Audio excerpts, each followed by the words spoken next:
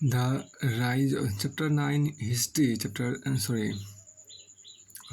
9 history class 9 history chapter 3 part 1 Nazism and the rise of Hitler. Nazism and the rise of Hitler, नाज़ीवाद और Hitler का उदय। देखिए, अब देखिए in the spring of, यहाँ जो आपको कहा उसको आप देखिए, in the spring of 1945, in the spring of नाज़ीवाद और हिटलर का उदय के अंतर्गत यहाँ देखिए आपको क्लास 9 हिस्ट्री चैप्टर 3 का पार्ट 1 होगा, Nazism and the rise of Hitler. देखिए इन द यहाँ पर जो आपको कहा गया, in the spring of 1945 a little 11 year old boy, a little 11 year old और German boy called Hartmut, a little 11 year old German boy called Hartmut was lying in bed when he overheard his parents discussing something in serious tones. His father, a prominent physician, deliberated with his wife whether the time had come to kill the entire family or if should commit suicide alone. His father spoke about his fear of revenge, saying, "No, the Allies will do to us what we did to the crippled NGOs." Crippled and Geos. The next day, he took Helmut to the woods where they spent their last happy time together, singing old children's songs. Later, Helmut's father shot himself in his office. Helmut remembers that he saw his father's bloody uniform being burned in the family fireplace.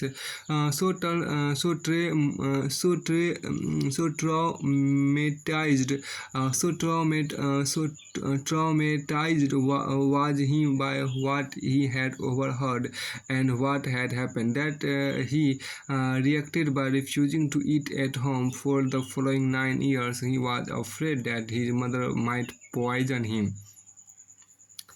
अब आगे हम देखिए क्या कि 1945 के बसंत में Helmut नामक 11 वर्ष जर्मन लड़का बिस्तर में लेटे कुछ सोच रहा था। तभी उसे अपने माता पिता की दबी सी आवाज़ें सुनाई दी। हेलमुट कान लगाकर उनकी बातचीत सुनने की कोशिश करने लगा। वे गंभीर स्वर में किसी मुद्दे पर बहस कर रहे थे। हेलमुट के पिता एक जाने माने चिकित्सक थे। उस वक्त वे अपनी पत्नी से इस बारे में बात कर रहे थे, क्या उन्हें पूरे परिवार को ख़त्म कर देना चाहिए, आखिर आत्महत्या कर लेनी चाहिए। उन्हें अपना भविष्य सुरक्षित दिखाई नहीं दे रहा था और वे घबराहट भरे स्वर में कह रहे थे, अब मित्र राष्ट्र भी हमारे साथ वैसा ही बर्ताव करेंगे जैसा हमने अपाहिजों और यहूदियों के साथ किया था। अगले दिन वे हेलमुट को लेकर बाग में घूमने गए। यह आखिरी मौका था। देखिए, यह आखिरी मौका था जब हेलमुट अपने पिता के साथ बाग में गया। दोनों ने बच्चों के पुराने गीतों, यहाँ देखिए दोनों ने इसमें दोनों ने बच्चों के पुराने गीत गाए और खूब सारा वक्त खेलते कूदते बिताया। कुछ समय बाद हेलमुट के पिता ने अपने दफ्तर में खुद को गोली मार ली। हेलमुट की यादों में वह क्षण अभी भी जिंदा है जब उसके पिता के खून में सनी वर्दी को घर के अलाव में ही जला दिया गया था। हेलमुट ने जो कुछ सुना था और जो कुछ हुआ उससे उसके दिलो दिमाग में इतना गहरा सदमा पहुंचा कि अगले 9 साल तक वह घर में एक कोर भी नहीं खा पाया। उसे ये डर सताता रहा कि कहीं उसकी माँ उसे भी जहर ना दे दे। अब आगे आप देखिए कि ऑल्दो इसमें जो आपको ये कहा उसको, अब इसके अंतर्गत यहाँ पर हम आते हैं। यहाँ ये पार्ट जो आप यहाँ पर देख रहे हैं, देखिए, although Helmut may not have realized all that it meant, his father had been a Nazi and supporter of Adolf Hitler. Many of you will know something about the Nazis and Hitler. You probably know of Hitler's determination. You probably know of Hitler's determination to make Germany into a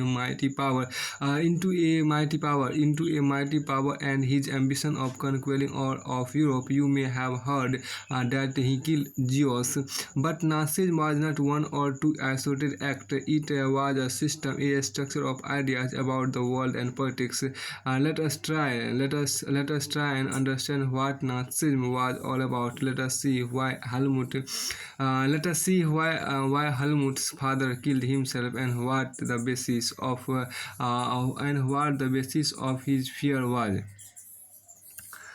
अब यहाँ पे देखिए जो खास चीज़ आपको दिखाएगा उसको यहाँ पर देखने का प्रयास करते हैं।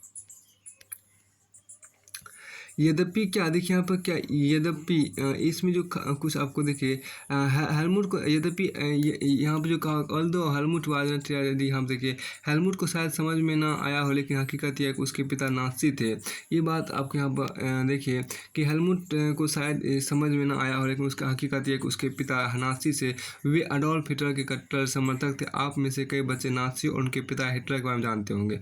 आपको शायद पता होगा कि हिटलर जर्मनी को दुनिया का सबसे ताकतवर देश मानने को कटिबद्ध था। वह पूरे यूरोप को जीत लेना चाहता था। आपने यह भी सुना होगा कि उसने यहूदियों को मरवाया था, लेकिन नाज़ीवाद सिर्फ इन इक्का दुक्का घटनाओं का नाम नहीं है। यह दुनिया और राजनीतिक बारे में एक संपूर्ण व्यवस्था है। विचारों की एक पूरी संरचना का नाम है।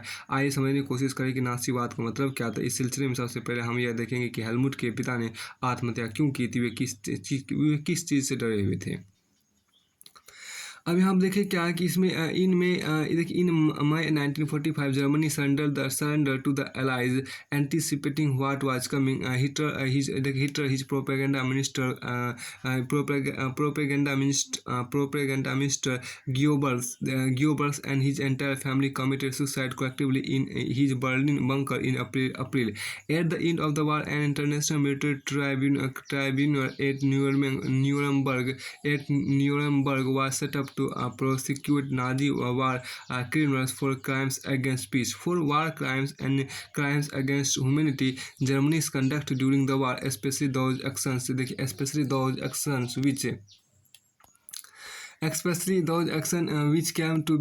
came to be called crimes against humanity, raised serious moral and ethical question and invited worldwide condemnation. What were these acts? यहाँ देखिए जो खास बात देखेंगे, मई 1950 जर्मन मित्र राष्ट्रों के सामने आत्मसमर्पण कर दिया। हिटलर को अंदाजा हो चुका था कि अब उसकी लड़ाई का क्या हस्त होने वाला है। इसलिए हिटलर और उसके प्रचार मंत्री गियोबल्स ने बर्लिन एक बंकर में पूरे परिवार के साथ अप्रैल में ही आत्महत्या कर ली थी। युद्ध खत्म होने के बाद न्यूरमबर्ग में एक अंतर्राष्ट्रीय सैनिक अदालत स्थापित की गई। इस अदालत को शांति विरुद्ध किए गए अपराधों, मानवता के खिलाफ किए गए अपराधों और युद्ध अपराधों के नाज़ी युद्धबंदियों पर मुकदमा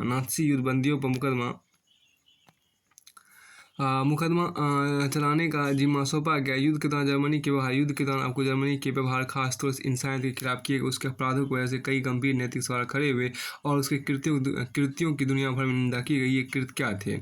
अब देखिए यहाँ पर क्या कि एवरीवन केम टू बी इसमें देखिए अंडर द शेडो ऑफ, इसमें जो आपको कहा गया निंदा की गई। देखिए रेज सीरियस मोरल, यहाँ पर आपको जो कहा गया था which came to be called crimes against humanity, raise serious moral and ethical question and invited world wide condemnation. What were these acts? ये क्या था? इसमें देखिए आपको जो मुख्य यहाँ से यहाँ तक देखिए ये under the shadow of the second world war Germany had waged a genocidal war which resulted in the mass murder of selected groups of innocent civilians of Europe. The numbers of people killed included 6 million Jews, 2 lakh gypsies, 1 million Polish civilians, 70,000 Germans who were considered mentally and physically disabled. Besides innumerable political opponents, Nazis devised an unprecedented means of killing people, that is by gassing them in various killing centers like Auschwitz. The Nuremberg Tribunal sentenced only 11 leading Nazis to death. Many others were imprisoned for life. The retribution did come, yet the punishment of the Nazis was far short of the brutality and extent of their crimes. The Allies did not want to be as harsh as defeated Germany as they had been after the First World War.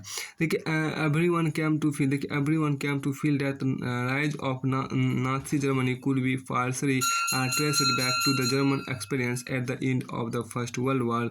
What was this experience?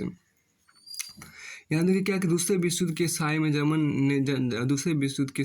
ने जनसंहार शुरू कर दिया, जिसके तहत Europe में रहने वाले कुछ खास नस्ल के लोगों को सामूहिक रूप से मारा जाने लगा। इस युद्ध में मारे गए लोगों में 60 लाख यहूदी, 2 लाख जिप्सी और 10 लाख पोलैंड के नागरिक थे। साथ ही मानसिक और शारीरिक रूप से अपंग घोषित किए गए 70,000 जर्मन नागरिक भी मार डाले गए। इनके अलावा न जाने कितने राजनीतिक विरोधियों को भी मौत की नींद सुला दिया गया। इतनी बड़ी तादाद में लोगों को मारने के ओसविट्स जैसे कत्लखाने बनाए गए, जहां जहरीली गैसों से हजारों लोगों को एक साथ मौत के साथ घाट उतार दिया जाता था। न्यूरेमबर्ग अदालत ने केवल 11 मुख्य नासियों को ही मौत की सजा दी। बाकी आरोपियों में से बहुत को उम्र कैद की सजा सुनाई गई। सजा तो मिली, लेकिन नासियों को जो सजा दी गई वह उनकी बर्बरता और उनके जुर्मों के मुकाबले बहुत छोटी थी। असल में मित्र राष्ट्र पराजित जर्मनी पर इस बार एक वैसा कठोर दंड नहीं थोपना चाहते थे जिस तरह का दंड पहले विश्व युद्ध के बाद जर्मनी पर थोपा गया था। बहुत सारे लोगों का मानना था कि पहले विश्व युद्ध के आखिर में जर्मनी के लोग जिस तरह के अनुभव से गुजरे, उसने भी नाज़ी जर्मनी के उदय में योगदान दिया था। अब यहाँ देखिए क्या यह अनुभव क्या था, व्हाट वाज दिस एक्सपीरियंस, ये अनुभव क्या था। एक इमेज भी आपके यहाँ पर देखिए, आपको शो क्या है। देखिए इसमें देखिए जेनोसाइडर समझते हैं कि जेनोसाइडर आपको क्या होता है। इसमें देखिए आपको कहा गया जेनोसाइडर आपके यहाँ पर है। देखिए जेनोसाइडर एक किलिंग ऑन, यहाँ पर जेनोसाइडर का अंतर समझिए क्या कि किलिंग ऑन। देखिए जेनोसाइडर मतलब क्या होता है कि killing on large scale leading to destruction of large section of people. Genocide मतलब क्या है कि नाज़ी शब्द जर्मन भाषा के नाज़ी शब्द आपको जर्मन भाषा के नात्सियोनाल से के आरंभिक अक्षरों को लेकर बनाया गया है। नात्सियोनाल शब्द हिटलर की पार्टी के नाम का पहला शब्द था, इसलिए इस पार्टी के लोगों को नाज़ी कहा जाता था। देखिए जेनोसाइडर क्या होता है, killing on large scale leading और to destruction of large section of people. तो जेनोसाइडर मतलब क्या, नरसंहार का नाम मतलब एक बहुत बड़े समुदाय के लोगों को हत्या कर देना। Killing on large scale leading to destruction of large section of people, लोगों के बड़े समुदाय को ख़त्म करने के लिए बड़ी संख्या में लोगों को मार देने को ही जेनोसाइडर कहते हैं। उसके बाद आगे आप यहाँ पर देख सकते हैं कि इसके बाद इसके जो खास आपको था, इसकी नेक्स्ट यहाँ पर फिर आपको आगे देखिए एक हिटलर की इमेज देखिए, हिटलर सेंटर एंड हिटलर। यहाँ देखिए क्या कि हिटलर देखिए यहाँ पर क्या हिटलर सेंटर में एंड जियोबेल्स लेफ्ट में है। लेफ्ट में आपको यहाँ पे ये वाला आपको जियोबेल्स हो गया। Living after an official meeting 1932 का आपकी यह बैठक है। हिटलर्स और देखिए क्या हिटलर्स इस एक खास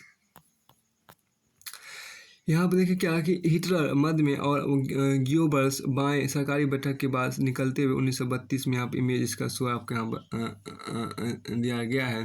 फिर आपको आगे यहाँ पर एक खास बात जो आपको यहाँ पर था, देखिए मित्र राष्ट्र एलाइज क्या होता है, इसको समझिए। पर यहाँ पर मित्र राष्ट्र एलाइज क्या होता है। The allied power were initially led by the UK and France. देखिए द एलाइज पावर, देखिए मित्र राष्ट्र का नेतृत्व शुरू में ब्रिटेन और फ्रांस के हाथों में था। अब देखिए इन 1941 they were joined by the USSR and USA. They fought against the Axis power, namely Germany, Italy and Japan. देखिए मित्र राष्ट्र कहते हैं, मित्र राष्ट्रों का नेतृत्व शुरू में ब्रिटेन और फ्रांस के हाथों में था।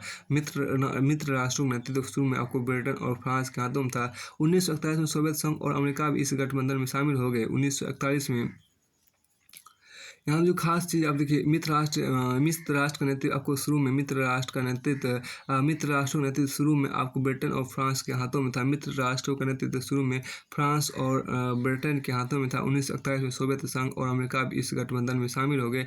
उन्होंने धुरी शक्तियों यानी जर्मनी, इटली और जापान का मिलकर सामना किया। देखिए यहाँ पर क्या है कि मित्र राष्ट्रों की हम बात करते हैं। देखिए मित्र राष्ट्रों का नेतृत्व शुरू में ब्रिटेन और फ्रांस के हाथों में था। मित्र राष्ट्रों का नेतृत्व शुरू में ब्रिटेन और फ्रांस के हाथों में था। मित्र राष्ट्र का जो नेतृत्व था वो शुरू में आपको ब्रिटेन और फ्रांस के हाथों में था। The allied power were initially led by the UK and France in 1941 they were joined by the USSR and USA. They fought against the Axis power, namely Germany, Italy and Japan.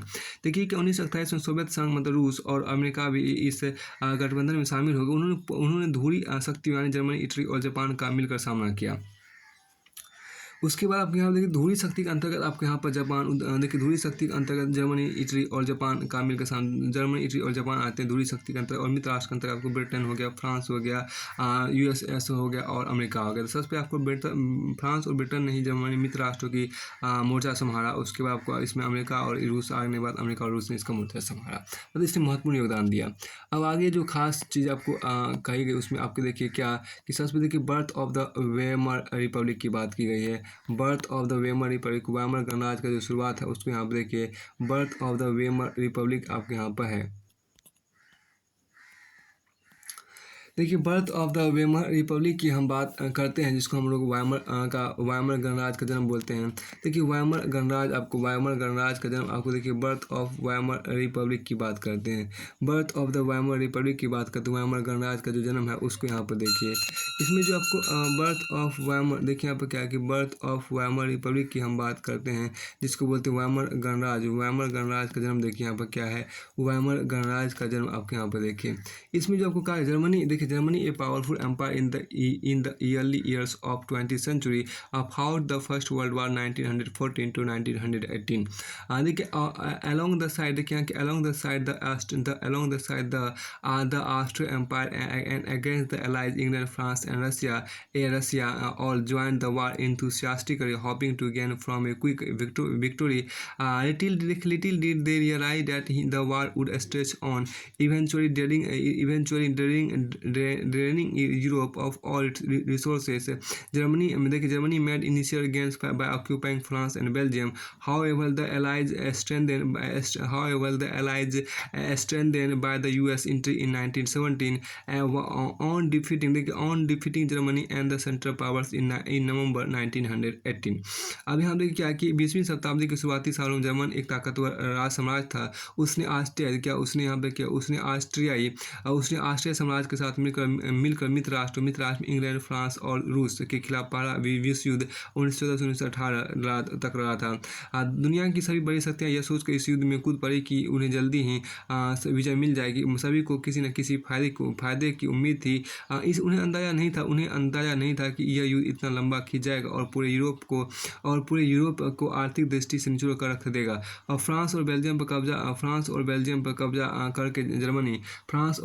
कब्जा करके Germany ने शुरुआत में सफलता हासिल की, लेकिन 1917 में जब अमेरिका मित्र राष्ट्रों में शामिल हो गया तो इस खेमे को काफ़ी ताकत मिली और आखिरकार नवंबर 1918 में उन्होंने केंद्रीय शक्तियों को हराने के बाद जर्मनी को भी घुटने टेकने पर मजबूर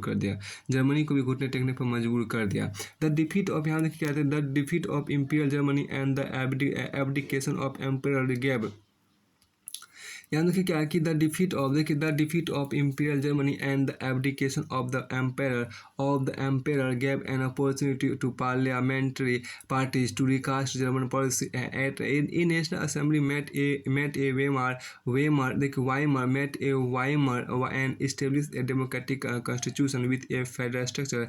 Deputies were now elected to the German parliament or reached stake on the basis of equal and universal votes cast by all others including women.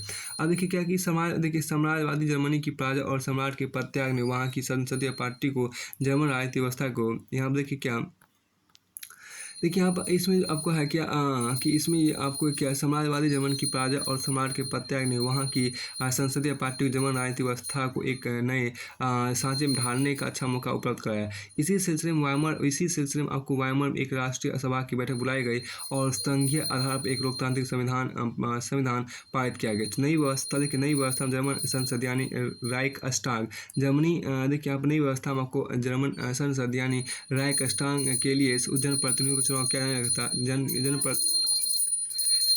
जनप्रतिनिधियों का चुनाव किया जाने लगा। प्रतिनिधियों के निर्वाचन की औरतें सहित सभी व्यक्ति नागरिकों को समान और सार्वभौमिक मताधिकार प्रदान किया गया। देखिए यहाँ पर क्या है कि दिस रिपब्लिक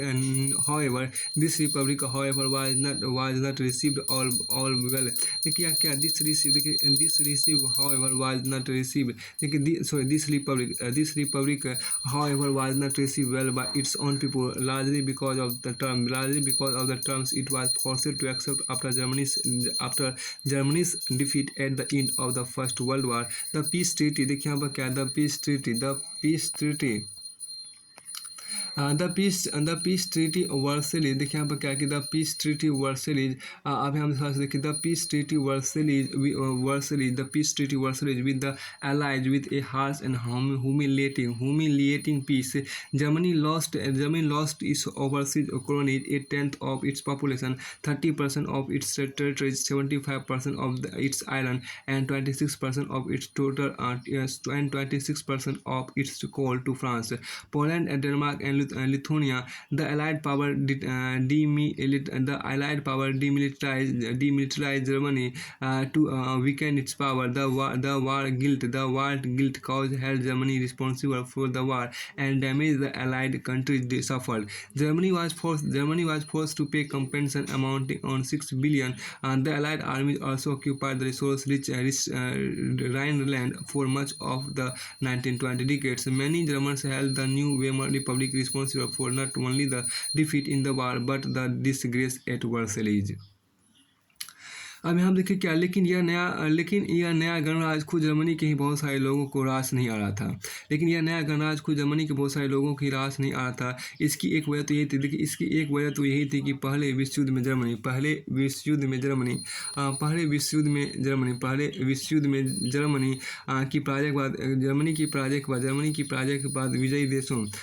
पराजय विजयी देशों ने उस पर बहुत कठोर शर्तें थोप दी थी। मित्र राष्ट्रों के साथ वर्सलीज में हुए संधि जर्मनी की जनता के बहुत कठोर और अपमानजनक थी। इस संधि की वजह से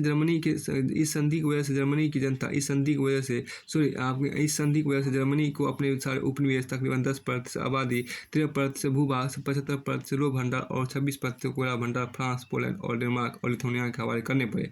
जर्मनी की रही से ताकत खत्म करने के लिए मित्र राष्ट्रों ने उसकी सेना भी भंग कर दी। युद्ध अपराध बोध अनुच्छेद जिसको बोलते हैं वार गिल्ट क्लाउज के तहत युद्ध के कारण हुई सारी तबाही के जर्मनी को जिम्मेदार ठहराया गया। इसके एवज उस पर 6 अरब पाउंड का जुर्माना लगाया गया। खनिज संसाधनों वाले राइनलैंड पर भी 20 के दशक में ज़्यादातर मित्र राष्ट्रों का ही कब्जा रहा। बहुत सारे जर्मनों ने न केवल इस पर हार के लिए बल्कि वर्षा में हुए इस अपमान के लिए भी वाइमर गणराज्य को ही जिम्मेदार ठहराया। अब आगे यहाँ पर देखिए क्या यह एक मैप आपको शो किया गया। जो मैप है वो देखिए किस चीज़ का मैप है। इसमें आप देखिए क्या कि इसमें जो आपको मैप देख रहे हैं उसमें यहाँ देखिए क्या कि Germany after the Versailles treaty you can see in this map the parts of the territory that Germany lost after the treaty. देखिए वर्साई की संधि के बाद जर्मनी के यहाँ मैप देखिए।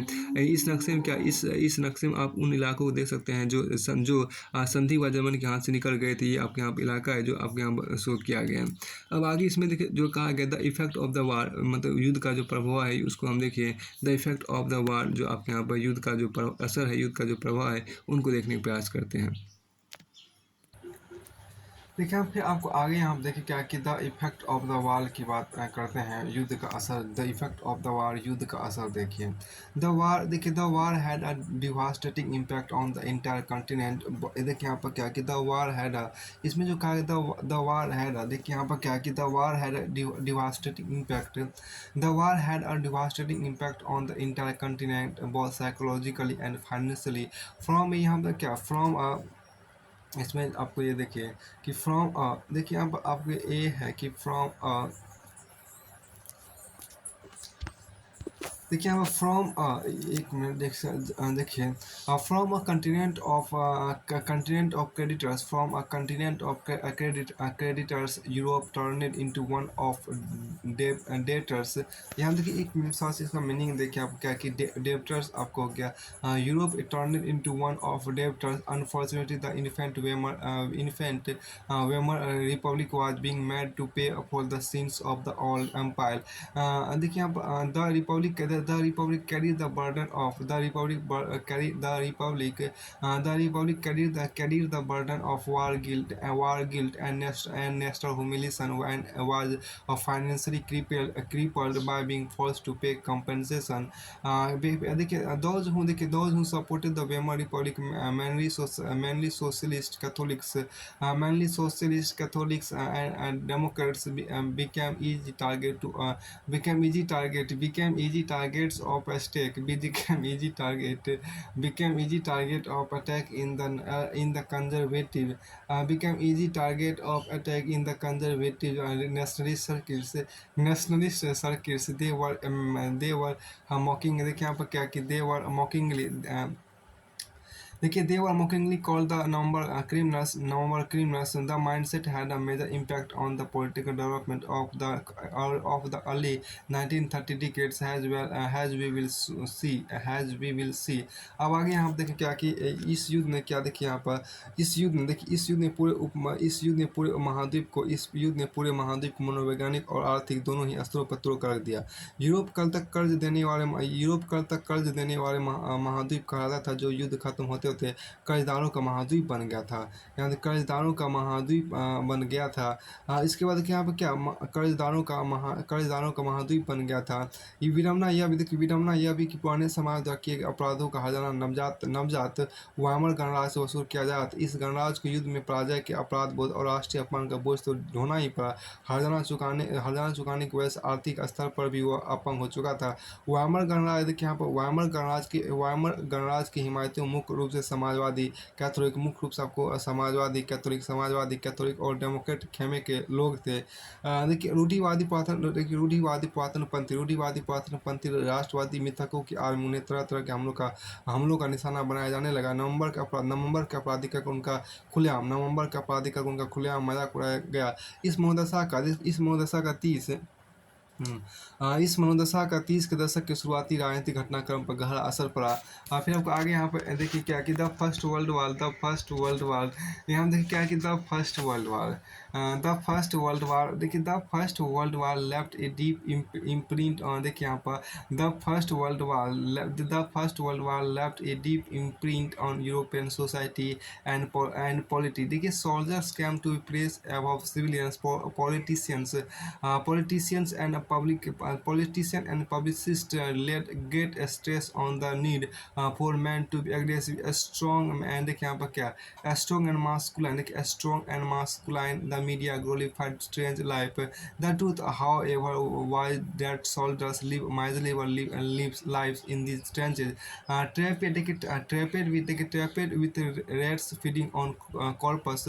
They faced poisonous gas and enemy shellings and witnessed their ranks reduce rapidly. Aggressive war propaganda and national honor occupied center stage in the public sphere, while popular support grew for conservative dictatorship that had recently come into being. Democracy was indeed a young and fragile idea which could not survive the instabilities of interwar Europe। यहाँ ये जो आपको उसमें आप ये देखिए यहाँ पर आपको है क्या कि पहले महायुद्ध ने यूरोपीय समाज और राजनीतिक व्यवस्था पर पहले महायुद्ध ने आपको यूरोपीय समाज और राजनीतिक व्यवस्था पर अपनी गहरी छाप छोड़ी थी। सिपाहियों को आम नागरिकों के मुकाबले ज़्यादा सम्मान दिया जाने लगा। राजनेता और प्रचारक इस बात पर जोर देने लगे राजनेता और प्रचारक इस बात पर जोर देने लगे कि पुरुषों को आक्रामक, ताकतवर और मर्दाना गुणों वाला होना चाहिए। पुरुषों को आक्रामक, ताकतवर और मर्दाना गुण वाला होना चाहिए। मीडिया यहाँ पर क्या है कि एक बात यहाँ देखिए क्या मीडिया में खंदकों की ज़िंदगी का महिमा मंडन किया जा रहा था, लेकिन सच्चाई यह थी कि सिपाही इन खंदकों में बड़ी दयनीय ज़िंदगी जी रहे थे। वे लाशों खाने और चूहों देखिए वे लाशों को खाने और चूहों से घिराते थे। वे जहरीली गैस और दुश्मनों की गोलाबारी का बहादुरी सामना करते हुए अपने साथियों को पर मरते देखते थे। सार्वजनिक जीवन में आक्रामक फौजी प्रचार और राष्ट्रीय सम्मान एवं प्रतिष्ठा की चाह के सामने बाकी सारी चीज़ें गौण हो गई। जबकि हाल ही में वे सत्ता में आए रूढ़िवादी तानाशाह को व्यापक जन समर्थन मिलने लगा था। जबकि हाल ही में सत्ता में आए रूढ़िवादी तानाशाह को व्यापक जन समर्थन मिलने लगा था। उस वक्त लोकतंत्र एक नया और बहुत नाजुक विचार था। उस वक्त लोकतंत्र एक नया और बहुत नाजुक विचार था, जो दोनों महायुद्धों के बीच पूरे यूरोप में फैली अस्थिरता का सामना नहीं कर सकता था। फिर आपको आगे हम देखें जो आपको है इसमें जो आपको कहा गया देखिए क्या कि political radicalism and economic crisis की बात की गई। पॉलिटिकल रेडिकलिज्म यहाँ पर देखिए पॉलिटिकल रेडिकलिज्म आपकी बात हम यहाँ पर करते हैं। देखिए political radicalism and economic crisis की बात करते हैं। राजनीतिक रेडिकलवाद मतलब आमूल परिवर्तनवाद और आर्थिक संकट यहाँ पर देखिए। The birth of the Weimar Republic coincided with the revolutionary uprising of the Separatist League on the pattern of the Bolshevik Revolution in Russia.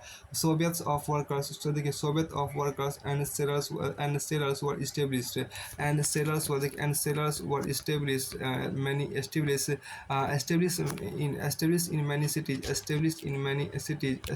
in many cities. Established in many cities, the political atmosphere in Berlin was charged. The political atmosphere in Berlin was charged with demands for Soviet-style governance. Those opposed to this, such as the Socialists, Democrats, and Catholics, met in Weimar to give shape to the Democratic Republic. The Weimar Republic crushed the uprising with the help of the war veterans organization called Free Corps. The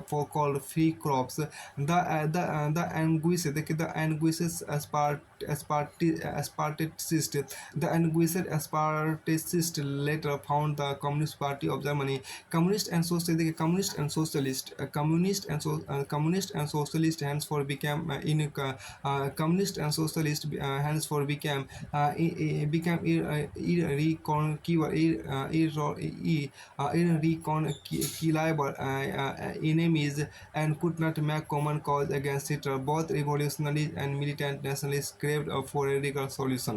अब आगे हम देखिए क्या जिस समय देखिए यहाँ देखिए क्या कि इसमें आपको कहा गया जिस समय वायमर गणराज्य की स्थापना हुई आपको राजनीतिक रेडिकलवाद या आमूल परिवर्तनवाद में आर्थिक संकट देखिए। जिस समय वायमर गणराज्य की स्थापना उसी समय रूस में हुई बोल्शेविक क्रांति की तर्ज पर जर्मनी में भी आपका स्पार्किस्ट लीग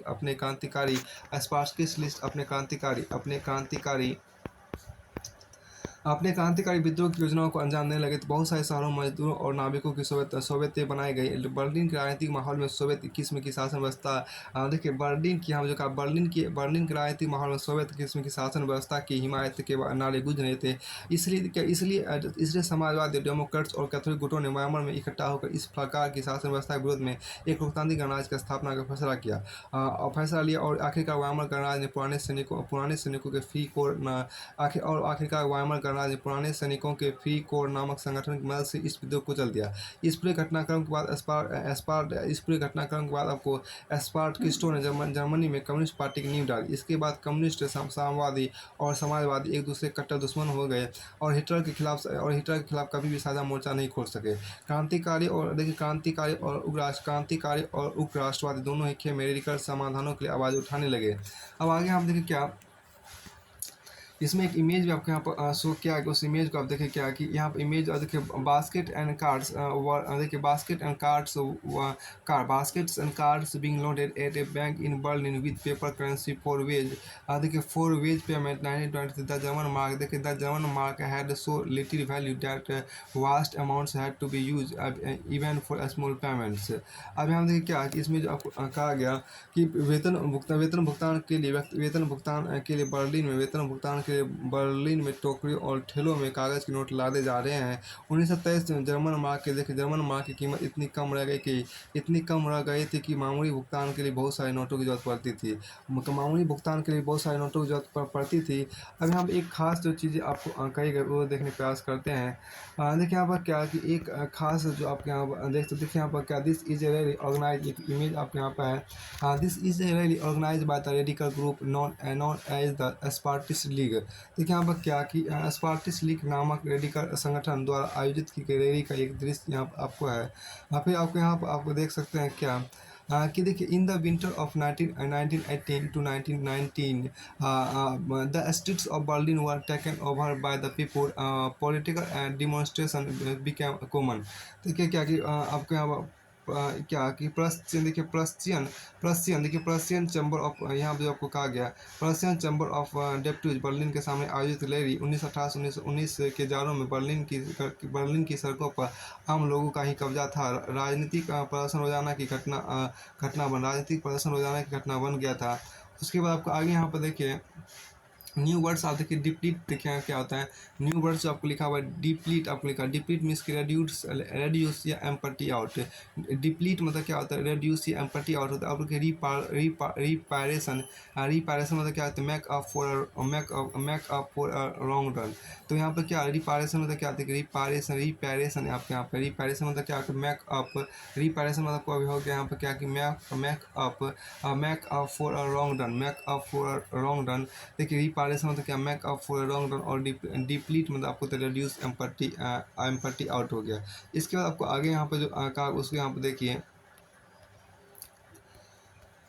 तो नेक्स्ट आपको यहाँ पर ये आपको है कि इसके बाद आपको यहाँ पर जो कहा गया देखिए क्या पॉलिटिकल रेडिकलाइजेशन यहाँ देखिए क्या कि पॉलिटिकल रेडिकलाइजेशन वाज ओनली देखिए यहाँ पर क्या कि political radicalisation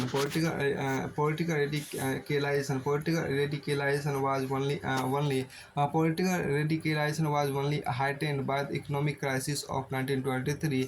Germany had fought the war देखिए Germany had fought the war largely on loans and had to pay war reparation in gold. This depleted gold reserves at a time resources were scarce. In 1923, Germany refused to pay, and the French occupied its leading industrial area. Ruhr to claim their coal. Germany retaliated with passive resistance and printed paper currency recklessly. With too much printed money in circulation, the value of German mark fell. In April, the US dollar was equal to was equal to 24,000 marks. In July 353,000 marks. In August 4 lakh 621,000 marks. And at a 98 lakh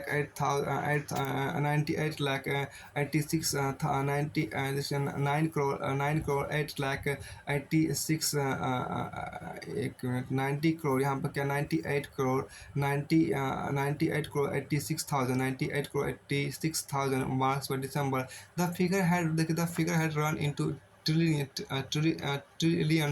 Has the value of the mark collapsed? The price of goods sold. The image of the German carrying cartloads of currency notes to buy a loaf of bread was widely publicized, evoking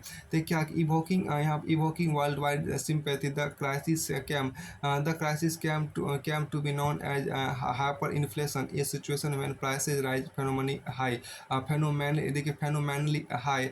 Eventually, the American invented and eventually the American intervened and bailed Germany out of the crisis by introducing the Dawes plan, which reworked the terms of reparation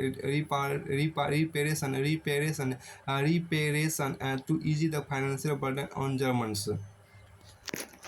अब आगे यहाँ पे जो क्या है उसको थोड़ा सा देखने का हम यहाँ पर करते हैं। राजनीतिक यहाँ पर क्या जो यहाँ पर आपको देखिए राजनीतिक रेडिकलवादी विचारों को 1923 के आर्थिक संकट से और बल मिला। जर्मनी ने पहला विश्व युद्ध मोटे तौर पर कर्ज लेकर लड़ा था और युद्ध के बाद तो उसे स्वर्ण मुद्रा में हर्जाना भी भरना पड़ा। इस दोहरे बोझ से जर्मन के स्वर्ण भंडार लगभग समाप्त होने की स्थिति में पहुँच गए थे। आखिरकार 1923 में जर्मनी ने कर्ज और हर्जाना चुकाने से इनकार कर दिया। इसके जवाब में फ्रांसीसियों ने जर्मनी के मुख्य औद्योगिक इलाके रूर पर कब्जा कर लिया। यह जर्मनी के विशाल कोयला भंडार वाला इलाका था। जर्मनी ने फ्रांस के विरुद्ध निष्क्रिय प्रतिरोध के रूप में बड़े पैमाने पर कागजी मुद्रा छापना शुरू कर दिया। देखिए जर्मन सरकार इतने बड़े पैमाने पर मुद्रा छाप दी उसकी मुद्रा मार्क का मूल्य तेजी से गिरने लगा। अप्रैल में एक अमेरिकी डॉलर की कीमत आपको 24,000 मार्क के बराबर थी, जो जुलाई में 3,53,000 मार्क और अगस्त में आपको 46,21,000 मार्क तथा दिसंबर आपको 9,88,60 मार्क हो गए। इस तरह एक डॉलर में खरबों मार्क मिलने लगे। जैसे जैसे मार्क की कीमतें गिरती गई, जरूरी चीज़ों की कीमतें आसमान छूने लगी। रेखाचित्रों में जर्मन नागरिकों को पाउंड्री खरीदने के लिए बैलगाड़ी में नोट भरकर ले जाते हुए दिखाया जाने लगा। जर्मन समाज दुनिया भर में हमदर्दी का पात्र बनकर रह गया। इस संकट को बाद में अति मुद्रास्फीति का नाम दिया गया। जब कीमतें बेहिसाब बढ़ जाती थी तो उस स्थिति को अति मुद्रास्फीति का नाम दिया जाता था। जर्मनी को इस संकट से निकालने के अमेरिकी सरकार ने हस्तक्षेप किया। इसके लिए अमेरिका ने डॉप्स योजना बनाई। इस योजना में जर्मनी के आर्थिक संकट को दूर करने के हर्जानों की शर्तों को दोबारा तय किया गया। अब आगे आप देखें क्या कुछ इमेज है। देखिए homeless man Qing up for a rights shelter 1923। यहाँ देखिए क्या कि रात को सोने की कतार में खड़े बेघर लोग 1923 में आप इमेज आपके यहाँ पर शो किया गया है। इसके बाद आपको आगे जो देखिए क्या मंदी के साल देखिए यहाँ पर मंदी के जो साल थे, द ईयर्स ऑफ डिप्रेशन को यहाँ पर देखिए। द ईयर्स ऑफ डिप्रेशन आपके यहाँ पर है।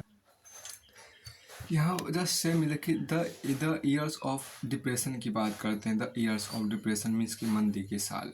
देखिए यहाँ पर मीन्स की मंदी के साल द ईयर्स बिटवीन 1924 एंड 1928। यहाँ पर जो आपको मेंशन किया उसको देखिए। The years between 1924 to and 1928 saw some stability, yet this was built on sand. German investment and industrial recovery were totally dependent on short-term loans, largely from the USA. This support was withdrawn when the Wall Street Exchange crashed in 1929. Fearing a fall in prices, people made frantic effort to sell their shares. On one single day, 24 October, 13 million shares were sold. On one single day, 24 October, 13 million shares were sold. This was the start of Great Economic Depression. Over the next 3 years, between 1929 and 1932, the national income of the USA fell by half.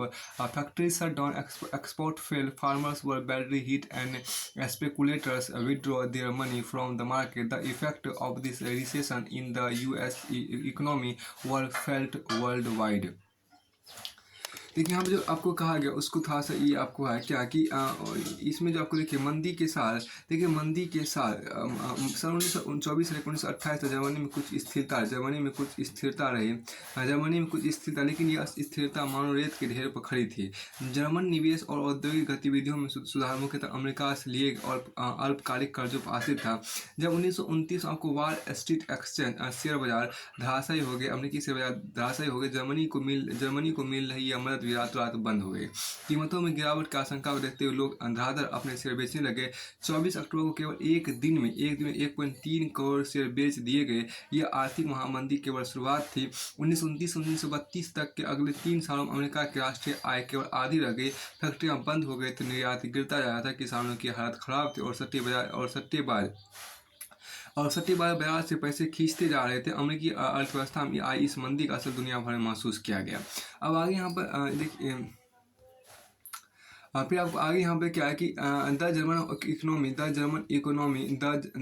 Economy was the worst hit by economic crisis by 1932। देखिए industrial production was reduced industrial production was reduced to 40% of the 1929 देखिए the German economy was the worst hit by economic crisis by 1932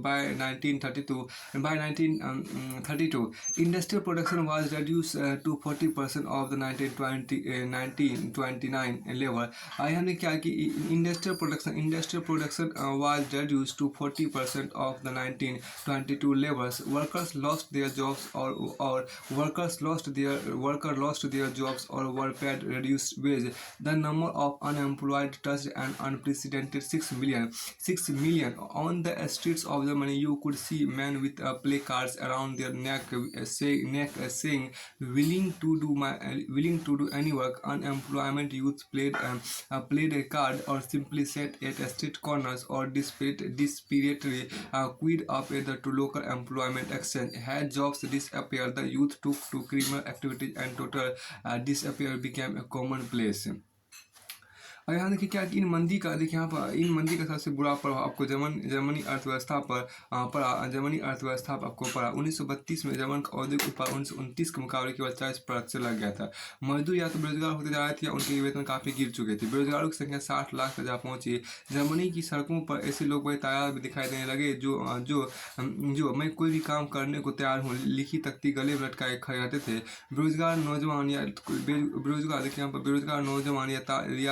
बेरोजगार नौजवान या तो ताश खेलते पाए जाते थे, नुक्कड़ों पर झुंड लगाए रहते थे या फिर रोजगार दफ्तरों के बाहर लंबी लंबी कतार में खड़े पाए जाते थे।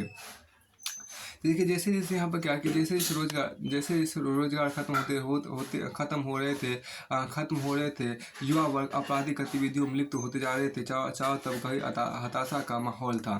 फिर आपका आगे क्या कि the economic crisis created deep anxiety and fears in people. The middle class specially salaried employees and pensioners saw their savings diminish when the currency lost its values। Small businessmen, the self-employed and retailers suffered as their business got ruined। This section of society were filled with the fear of proletarianization। fear of proletarianization and anxiety of being reduced into the ranks of the working class or worse still the unemployment।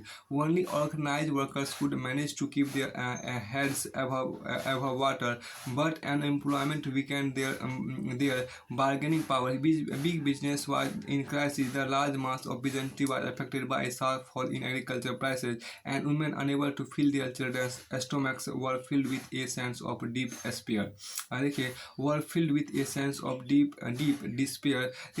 Politically too in the Weimar Republic was fragile। The Weimar Constitution had some inherent defects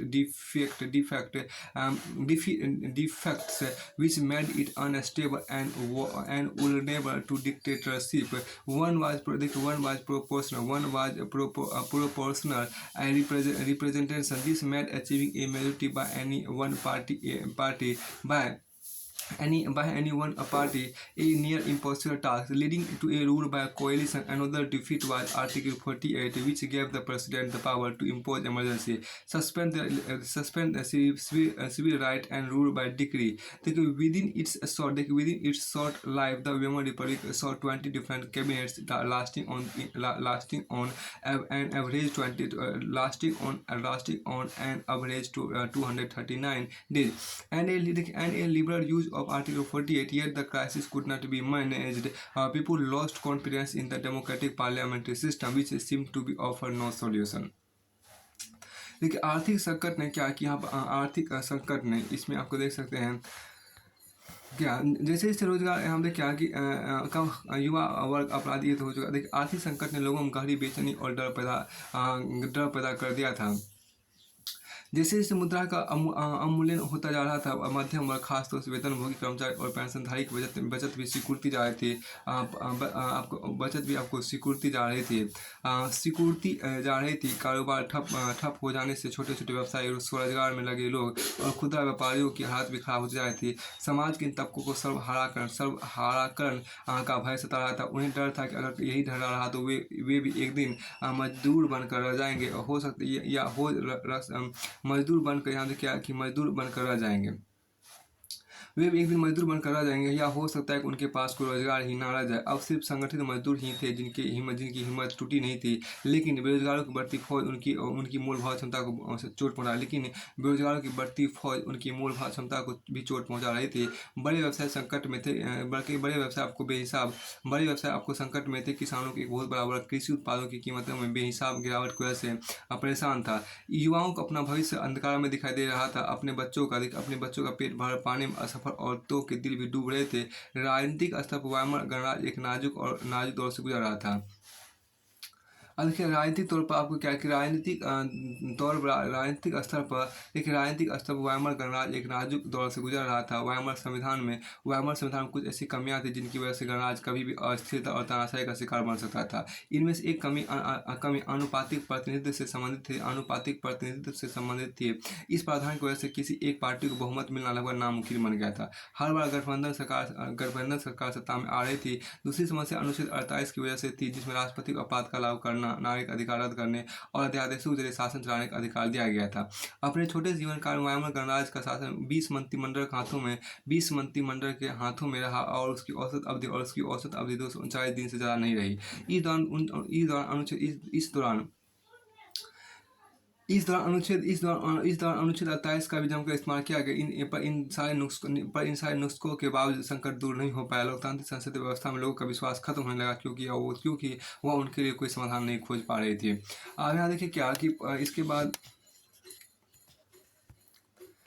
तो फिर आपको यहाँ देखिए politically देखिए यहाँ पर क्या कि politically too the Weimar Republic was fragile. The Weimar constitution had some inherent defects which made it unstable and vulnerable to dictatorship. One was proportional representation. This made achieving a majority by any one party a near impossible task, leading to a rule by coalition. Another defeat was Article 48, which gave the President the power to impose emergency, suspend civil rights, and rule by decree. Within its short life, the Weimar Republic saw 20 different cabinets lasting on an average 239 days, and a liberal use of Article 48. Yet the crisis could not be managed. People lost confidence in the democratic parliamentary system, which seemed to offer no solution. तो फिर आपको आगे यहाँ देखिए क्या है कि इसमें एक नया वर्ड न्यू वर्ड से मेंशन दिए। देखिए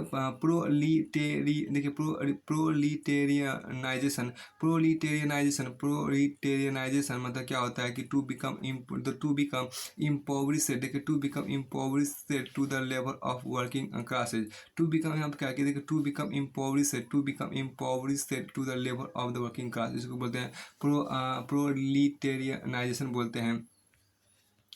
अब आगे हम देखिए जो खास आपको देखिए सब इस प्रोलिटेरियनाइजेशन मतलब होता है सर्वहाराकरण। मतलब क्या, गरीब होते होते मजदूर वर्ग की आर्थिक स्थिति में पहुंच जाना, को हम सर्वहाराकरण बोलते हैं। फिर आपको आगे यहाँ पर देखिए क्या आगे इसमें जो खास तो न्यू वर्ड आपको देखिए वाल स्ट्रीट एक्सचेंज क्या होता है। इसमें जो आपको कहा, इसमें आपको देखिए न्यू वर्ड जो आपको वाल स्ट्रीट एक्सचेंज, देखिए वाल स्ट्रीट एक्सचेंज क्या था। यहाँ देखिए अमेरिका, देखिए the name of world's biggest stock exchange located in the USA. America में स्थित देखिए वाल स्ट्रीट एक्सचेंज क्या है, अमेरिका में स्थित दुनिया का सबसे बड़ा शेयर बाजार, इसे वाल स्ट्रीट एक्सचेंज बोलते हैं। फिर आपको आगे यहाँ पर आपको कहा गया क्या, एक इमेज आप देखिए स्लीपिंग ऑन द लाइन। यहाँ देखिए क्या एक इमेज आपके यहाँ पर दिया गया है स्लीपिंग, यहाँ क्या देखिए sleeping on the line during the Great Depression. The unemployed could not hope. देखिए यहाँ पर क्या,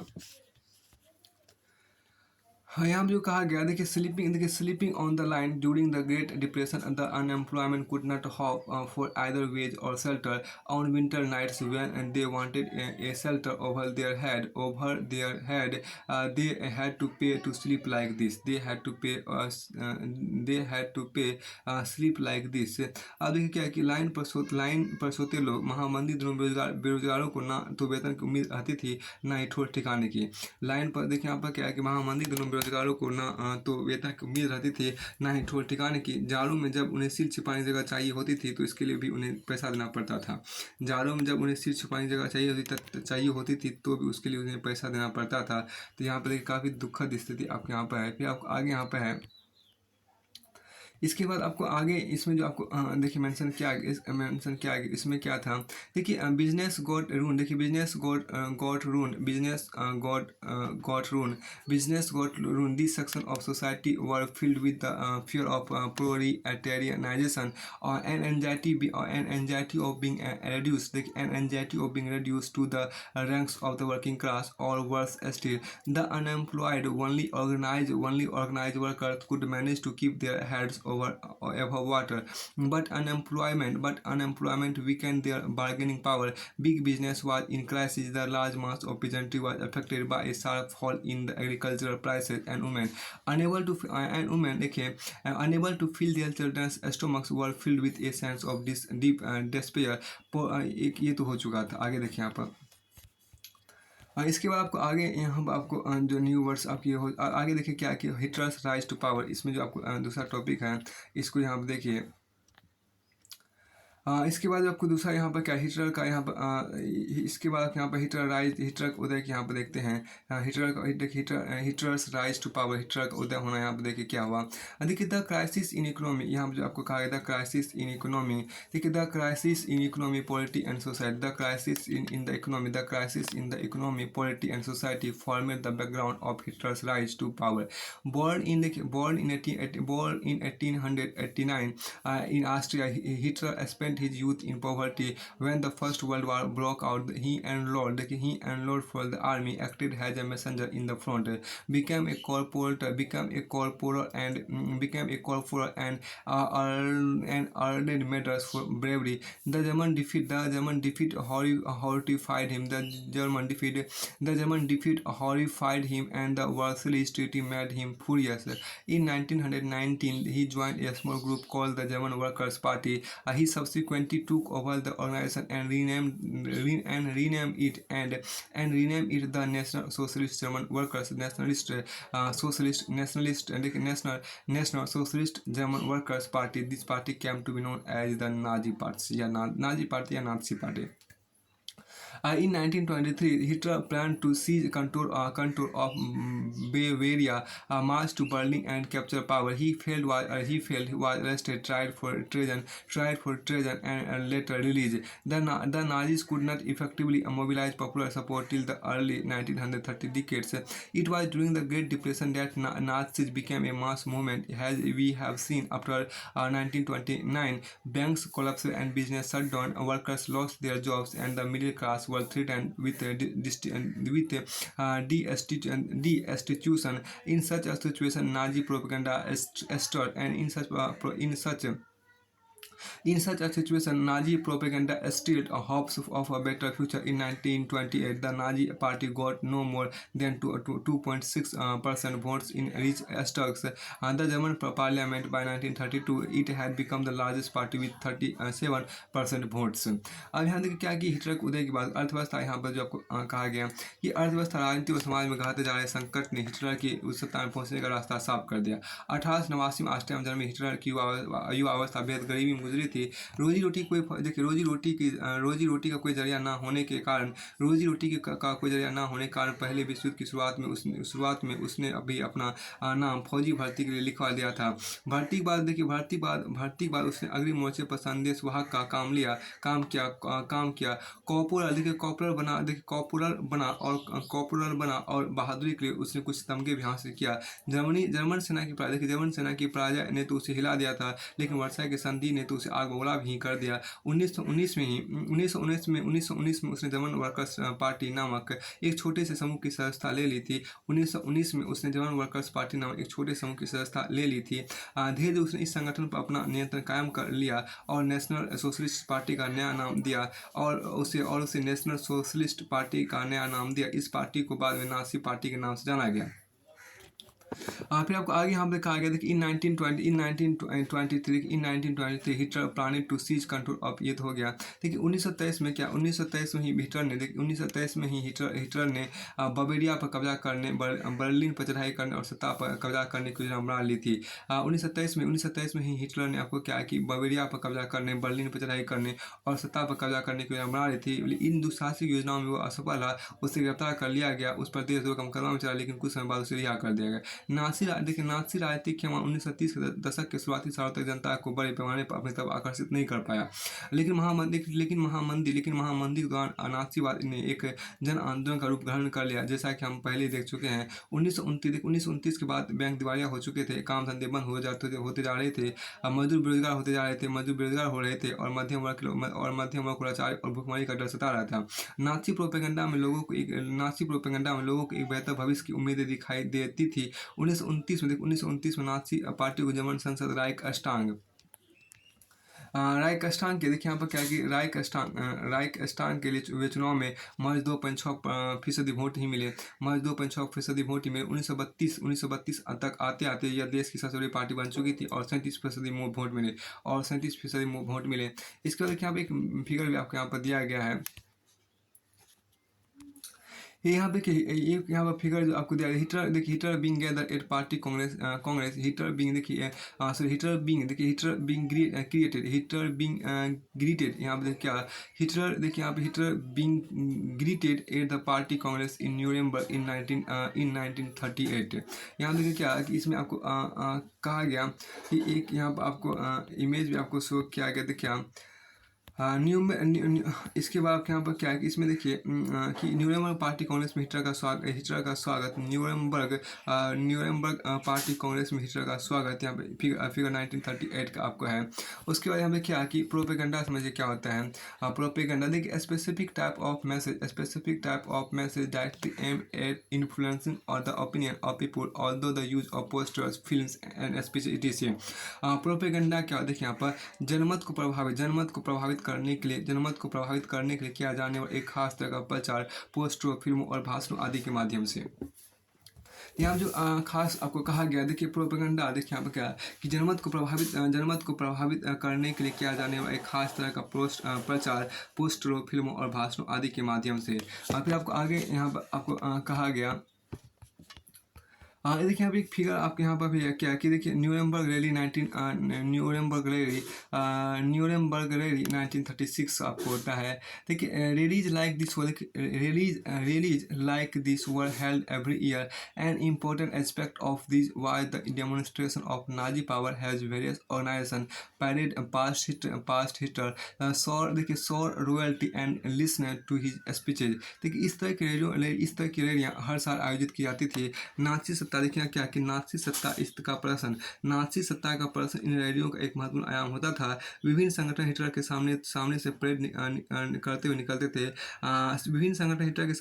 करते हुए निकलते थे, उसके प्रति निष्ठा की शपथ लेते थे और उसके भाषण सुनते थे। अब आगे यहाँ पर देखिए क्या, देखिए Hitler was a powerful speaker, देखिए यहाँ पर क्या Hitler was a powerful speaker, his passion and his words move people. बहुत अच्छी बात यहाँ पर कहा गया। यहाँ पे आपको क्या Hitler was a powerful speaker, देखिए Hitler was a powerful speaker, his passion, देखिए यहाँ पर क्या his passion and his words people, देखिए his passion and his words moved people. He promise to build a strong nation, undo the injustice of the Versailles Treaty and restore the dignity of the German people. He promised employment for those looking for work, देखिए he promised employment for those looking for work and and a secure future for the youth. He promised to weed out all foreign influences and resist all foreign conspiracies against Germany. And resist all foreign conspiracy against Germany. Hitler divide देखिए, Hitler यहाँ देखिए क्या, Hitler ज़बरदस्त वक्ता था। उसका जोश और उसके शब्द लोगों को हिला कर देते। बहुत अच्छी बात यहाँ पर कहा गया। देखिए उसका जोश, देखिए हिटलर ज़बरदस्त वक्ता था और उसका जोश और उसके शब्द लोगों को हिला कर देते थे। वो अपने भाषणों में एक शक्तिशाली राष्ट्र की स्थापना, वर्साई की संधि, हिटलर ज़बरदस्त वक्ता था। उसका जोश और उसके शब्द लोगों को हिला कर रख देते थे। वो अपने भाषणों में एक शक्तिशाली राष्ट्र की स्थापना, वर्साई की संधि में हुई नाइंसाफ़ी के प्रतिशोध और जर्मन समाज को खोई हुई प्रतिष्ठा वापस दिलाने का आश्वासन देता था। उसका वादा था कि वह बेरोजगारों को रोजगार और नौजवानों को एक सुरक्षित भविष्य देगा। उसने आश्वासन दिया कि वह देश को विदेशी प्रभाव से मुक्त कराएगा और तमाम विदेशी साजिशों का मुंहतोड़ जवाब देगा। अब आगे यहाँ पे देखिए जो खास चीज़ें आपके यहाँ पर है उसमें देखने का प्रयास कीजिए। इसके देखिए हिटलर एड्रेसिंग SANSS कॉलम्स, यहाँ देखिए आपको इमेज आपको शो किया गया है। हिटलर द्वारा आपको SA और SS कतारों के सामने भाषण यहाँ पर दिया जा रहा है। देखिए notice the sweeping and straight columns of people, such photographs were intended to show the grandeur and power of Nazi movements. यहाँ लंबी और सीधी कतारों को देखिए, इस तरह के चित्रों के माध्यम से नाजी सत्ता की भव्यता और ताकत को दर्शाने की कोशिश की जाती थी।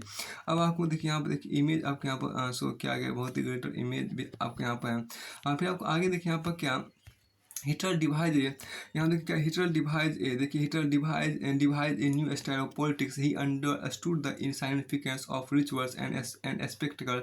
देखिए हिटलर एक बहुत अच्छा वक्ता भी था और ज़बरदस्त जोशीला भाषण देता था। हिटलर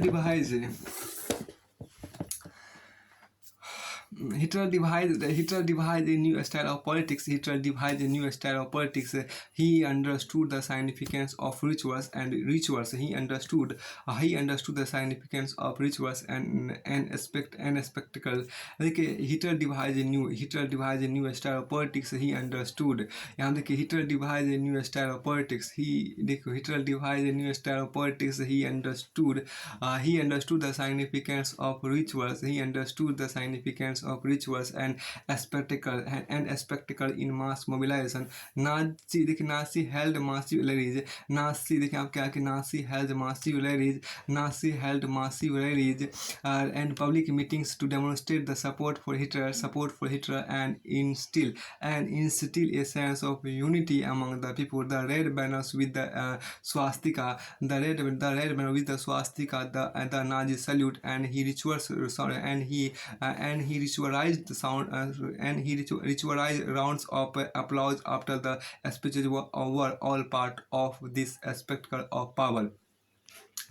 और उसके बाद आपके यहाँ पर देखिए एक खास देखिए क्या कि Nazi propaganda skilfully projected Hitler's has a मसीहा, a saviour has someone who had arrived to deliver people from their distress. It is an image, देखिए यहाँ पर it is an image that capture the imagination.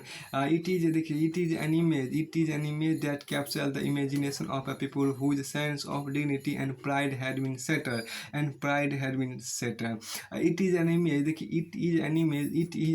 that captures the imagination of a people whose sense of dignity and pride had been settled and who were living in a time of acute economic and political crisis की बात यहाँ पर की गई है. अब आगे यहाँ पर देखिए क्या हिटलर ने राजनीति यहाँ पर क्या की, इसमें हिटलर ज़बरदस्त वक्ता और था. उसका जोश और उसके शब्द लोगों को हिला कर देते थे. हिटलर ज़बरदस्त वक्ता था, उसका शब्द उसका जोश लोग हिला कर देते थे. अब यहाँ देखिए क्या हिटलर ने राजनीति की एक नई शैली रची थी. हिटलर ने राजनीति की एक नई शैली रची थी. वह लोगों को गोलबंद करने के लिए आडम्बर और प्रदर्शन की अहमियत समझता था. अब देखिए क्या हिटलर ने राजनीति की एक नई शैली रची थी. वह लोगों को गोलबंद करने के लिए आडम्बर और प्रदर्शन की अहमियत समझता था. हिटलर के प्रति भारी समर्थन दर्शाने और लोगों में परस्पर एकता का भाव पैदा करने के लिए नाज़ियों ने बड़ी रैलियां और जनसभाएं आयोजित की. देखिए स्वस्तिक और देखिए स्वस्तिक छपे लाल झंडे नाच सैल्यूट और भाषणों के बाद खास अंदाज में तालियां की गड़गड़ खास अंदाज में तालियों की गड़गड़ाहट ये सारी चीज़ें शक्ति प्रदर्शन का हिस्सा थी। शक्ति प्रदर्शन का हिस्सा थी। नाथियों देखिए नाथियों ने अपने धुआंधार प्रचार के जरिए हिटलर को एक मसीहा एक रक्षक एक ऐसे व्यक्ति के रूप में पेश किया जिससे मानव जनता को तबाही से उबारने के लिए ही अवतार लिया गया था। देखिए ऐसे समाज की छवि बेहद आकर्षक ऐसे समाज को यह छवि बेहद आकर्षक दिखाई देती थी जिसकी प्रतिष्ठा और गर्व का एहसास चकनाचूर हो चुका था और जो एक भीषण आर्थिक और राजनीतिक संकट से गुजर रहा था। इसके बाद आपको आगे यहाँ पर देखिए क्या the destruction of democracy the destruction of democracy लोकतंत्र का ध्वंस देखिए द डिस्ट्रक्शन ऑफ डेमोक्रेसी लोकतंत्र का ध्वंस यहाँ पर देखिए। इसमें जो आपको कहा गया ऑन 13 जनवरी देखिए ऑन 13 जनवरी 1933 प्रेसिडेंट देखिए on 13 January 1933 president Hindenburg offered the chancellorship and the highest position in the cabinet of ministers to Hitler देखिए by now the Nazis had managed to rally the conservatives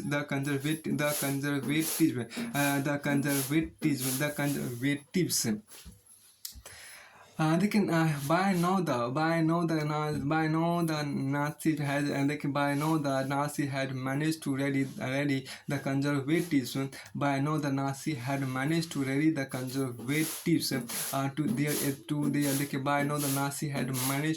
conservatives to their cause having acquired power. Hitler sent out to dismantle the structure of democratic rule देखिए Hitler set out to dismantle the structures of democratic rule, a mysterious fire that broke out in the German parliament building in February facilitated his move. The fire decree of 28 February 1933 indefinitely.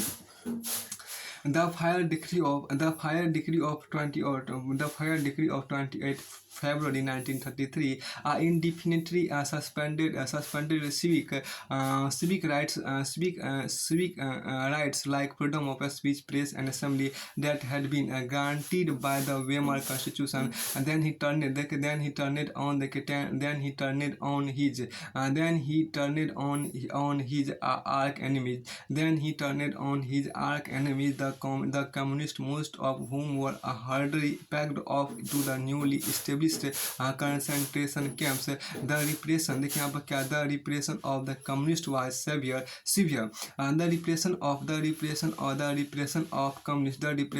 communists were severe. The repression यानी क्या the repression of the communists was severe. The repression of the communists was severe. Out of the surviving 6,808 arrest files of Dusseldorf.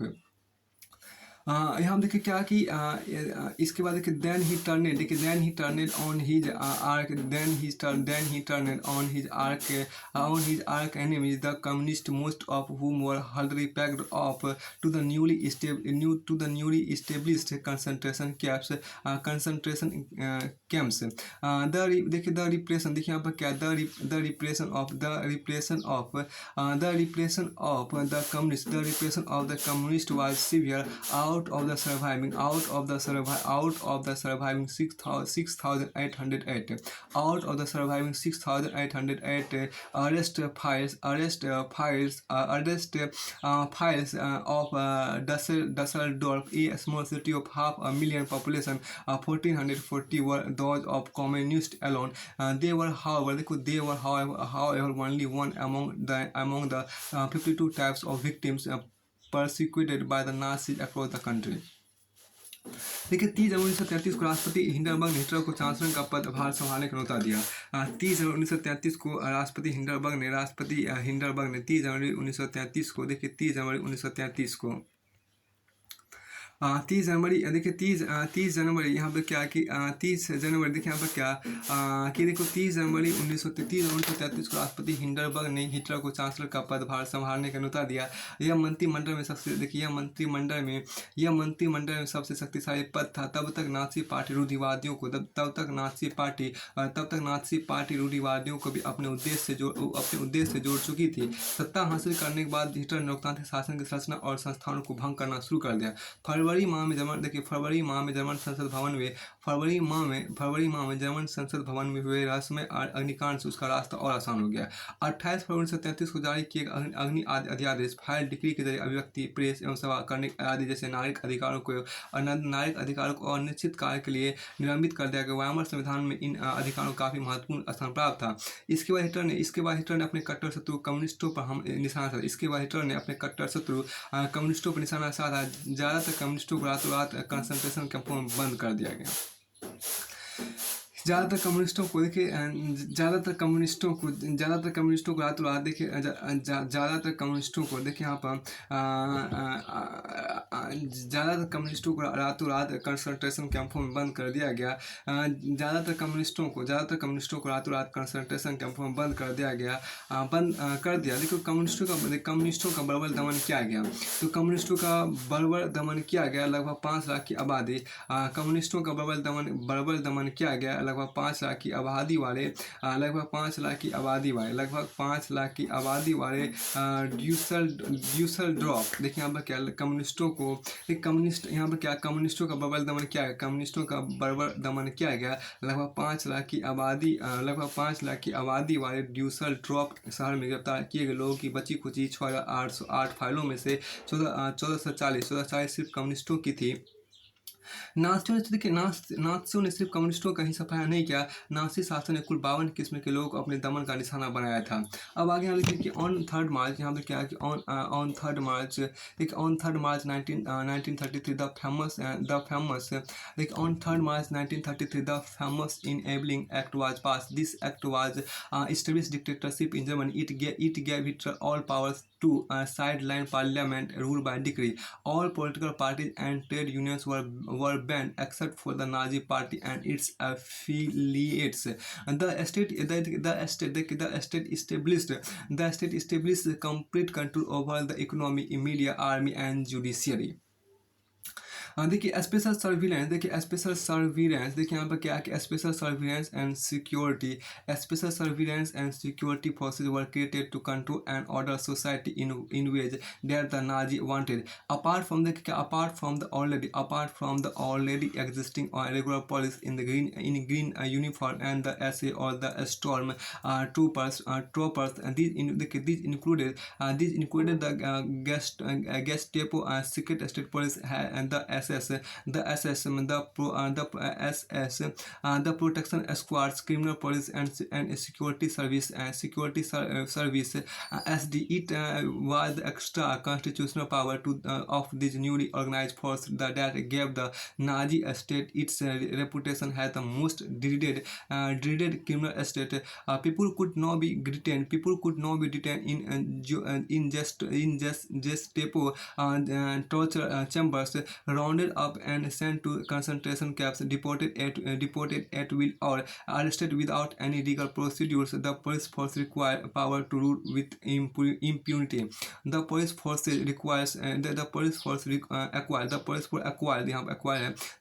acquired powers to rule with impunity. अब हम देखिए क्या कि 3 मार्च इसमें जो आपको कहा गया 3 मार्च 1933 को प्रसिद्ध विशेषाधिकार अधिनियम जिसको एनेबलिंग एक्ट पारित किया गया। 3 मार्च 1933 को प्रसिद्ध विशेषाधिकार अधिनियम एनेबलिंग एक्ट पारित किया गया। इस कानून के जरिए जर्मनी में बाकायदा तानाशाही स्थापित कर दी गई। देखिए यहाँ पर क्या 3 मार्च 1933 को प्रसिद्ध विशेषाधिकार अधिनियम एनेबलिंग एक्ट पारित किया गया। 3 मार्च 1933 को प्रसिद्ध विशेषाधिकार अधिनियम एनेबलिंग एक्ट पारित किया गया। इस कानून के जरिए जर्मनी में बाकायदा तानाशाही स्थापित कर दी गई। इस कानून के जरिए जर्मनी में बाकायदा तानाशाही स्थापित कर दी गई। इस कानून ने हिटलर को संसद में हाशिए पर धकेलने और इस कानून ने हिटलर को संसद में हाशिए पर धकेलने और केवल अध्यादेशों के जरिए शासन चलाने का निकुंज अधिकार प्रदान कर दिया गया। इस कानून को यहाँ देखिए, यहाँ पर क्या इस कानून ने देखिए इस कानून ने हिटलर को संसद पर देखिए आप इस कानून ने हिटलर को संसद को हाशिए पर धकेलने और केवल अध्यादेशों से शासन चलाने का निकुंज अधिकार प्रदान कर दिया। नाजी पार्टी और उससे जुड़े संगठनों के अलावा सभी राजनीतिक पार्टियां और ट्रेड यूनियनों पर पाबंदी लगा दी गई। अर्थव्यवस्था, मीडिया, सेना और न्यायपालिका पर राज का पूरा नियंत्रण स्थापित हो गया। पूरे समाज को नाजियों के हिसाब से नियंत्रित और व्यवस्थित करने के लिए विशेष निगरानी और सुरक्षा दस्ते गठित किए गए। पहले से मौजूद हरी वर्दीधारी पुलिस और स्टॉर्म ट्रूप्स एक अलावा गेस्तापो गुप्तचर राज पुलिस SS अपराध नियंत्रण पुलिस और सुरक्षा सेवा SD का भी गठन किया गया। इन नवगठित दस्तों को बेहिसाब असंवैधानिक अधिकार दिए गए और इन्हीं की वजह से नाजी राज को एक खूंखार आपराधिक राज की छवि प्राप्त हुई। देखिए गे स्थापकों की यंत्रणागिरी में किसी को भी बंद किया गया, बंद किया जा सकता था। ये नए दस्ते किसी भी यातना गृहों में भेज सकते थे। किसी को भी बिना कानूनी कार्रवाई के देश निकाल दिया जा सकता था या गिरफ्तार किया जा सकता था। दंड की आशंका से मुक्त पुलिस बलों ने निरंकुश और निरपेक्ष शासन का अधिकार प्राप्त कर लिया था। दंड की आशंका से मुक्त पुलिस बलों ने निरंकुश और निरपेक्ष शासन का अधिकार प्राप्त कर लिया था। ये बहुत अच्छी बात है, यहाँ लाइन लिखा है, दंड की आशंका से मुक्त पुलिस बलों ने निरंकुश और निरपेक्ष शासन का अधिकार प्राप्त कर लिया था। अब आगे यहाँ पर देखिए कि कंसंट्रेशन कैंप्स की बात आपको यहाँ पर देखिए, कंसंट्रेशन कैंप्स की बात आपको यहाँ पर देखिए, कंसंट्रेशन कैंप्स की बात आप यहाँ देखिए क्या कि कंसंट्रेशन कैंप्स क्या होता है। एक कैंप देखिए यहाँ पर एक camp where people were isolated and detained without due process of law.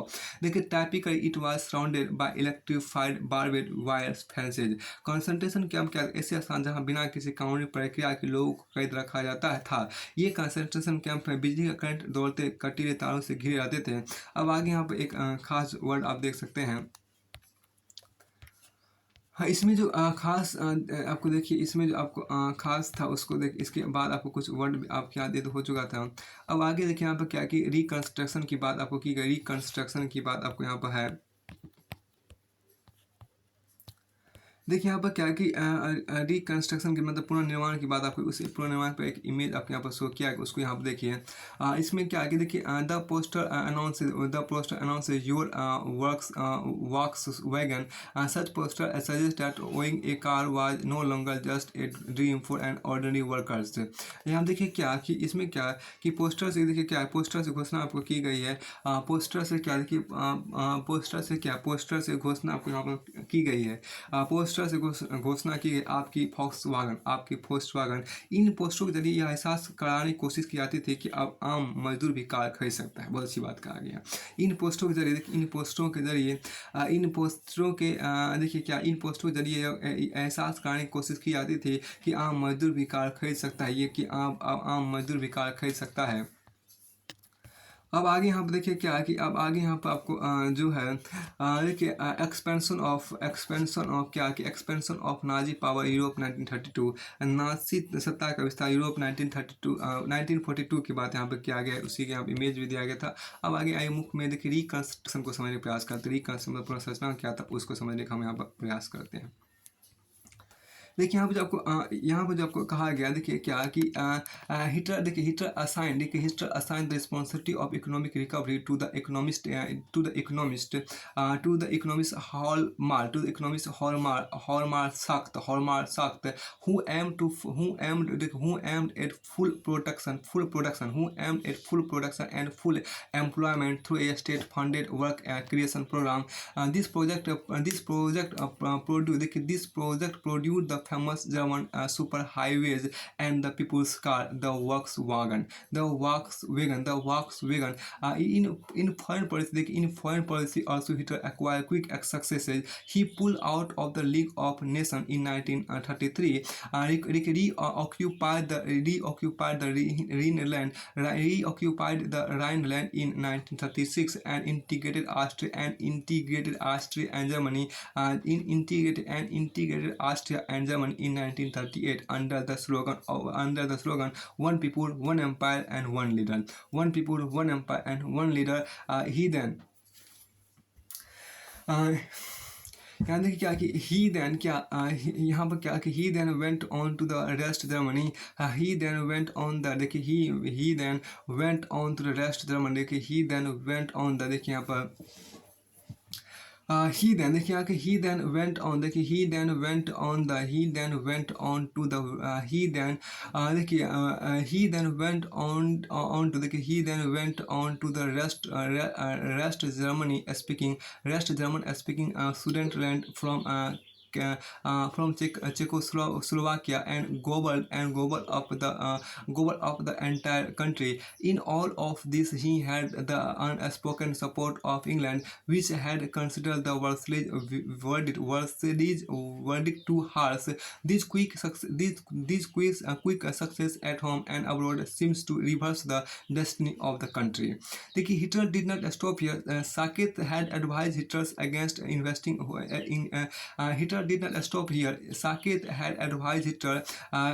investing hugely in rearmament, as the state still ran on deficit financing. Cautious people, however, had no place in Nazi Germany. Sackett had to leave. Hitler choose war. Has the way out of approaching.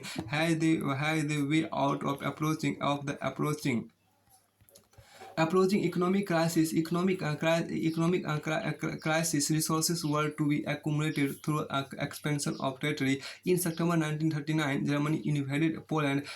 This started a war with France and England. In September 1948, three-party pact was signed between Germany, Italy, and Japan, strengthening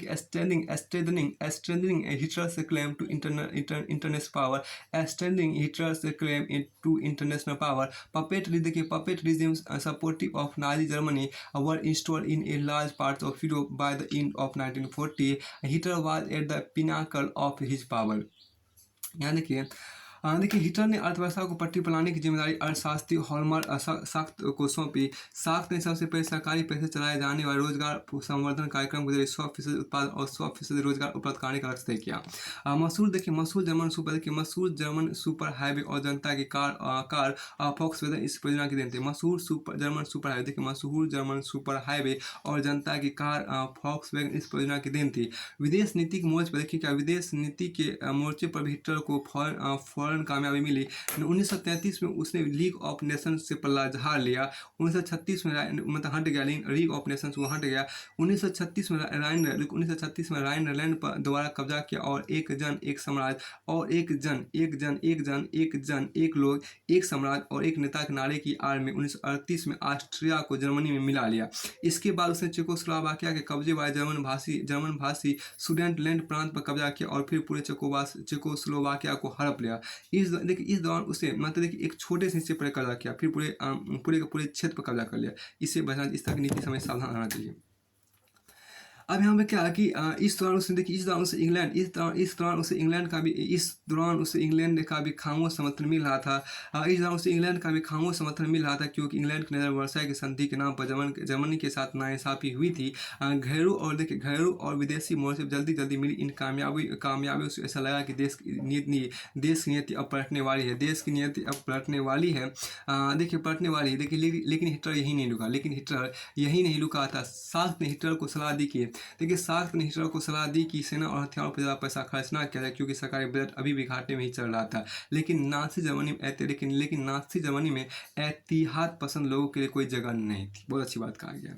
लेकिन Nazi Germany में एहतियात पसंद लोगों के लिए कोई जगह नहीं थी। सार्क को उनके पद से हटा दिया गया। हिटलर ने आर्थिक संकट से निकलने के युद्ध का विकल्प चुना। वह राष्ट्रीय सीमाओं का विस्तार करते हुए ज़्यादा से ज़्यादा संसाधन इकट्ठा करना चाहता था।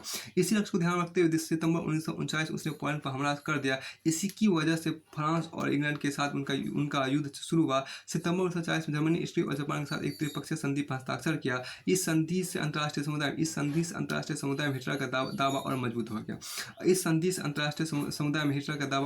हो गया। यूरोप के ज़्यादातर देशों में नाज़ी जर्मनी का समर्थन करने वाली कठपुतली सरकार बिठा दी गई।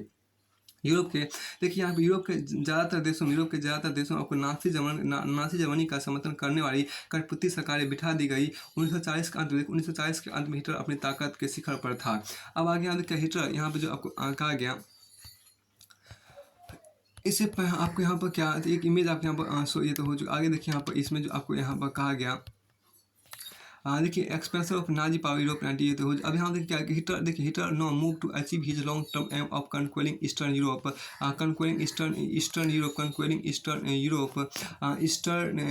Europe he wanted to ensure food supply and living space of for Germans. He attack the Soviet Union in June 1941।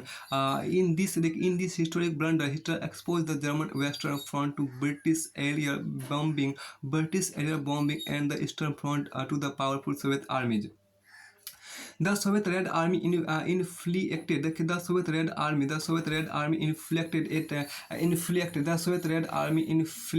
a crushing and a humiliating defeat on Germany at Stalingrad. After this, the Soviet Red Army hounded out the retreating German soldiers until they reached the heart of Berlin. देखिए establishing Soviet hegemony over the entire of Eastern Europe for half a century thereafter.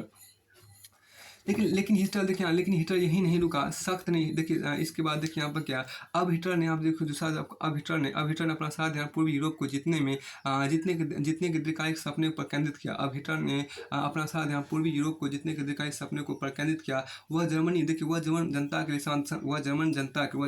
के संसाधन और रहने की जगह living space का इंतजाम करना चाहता था।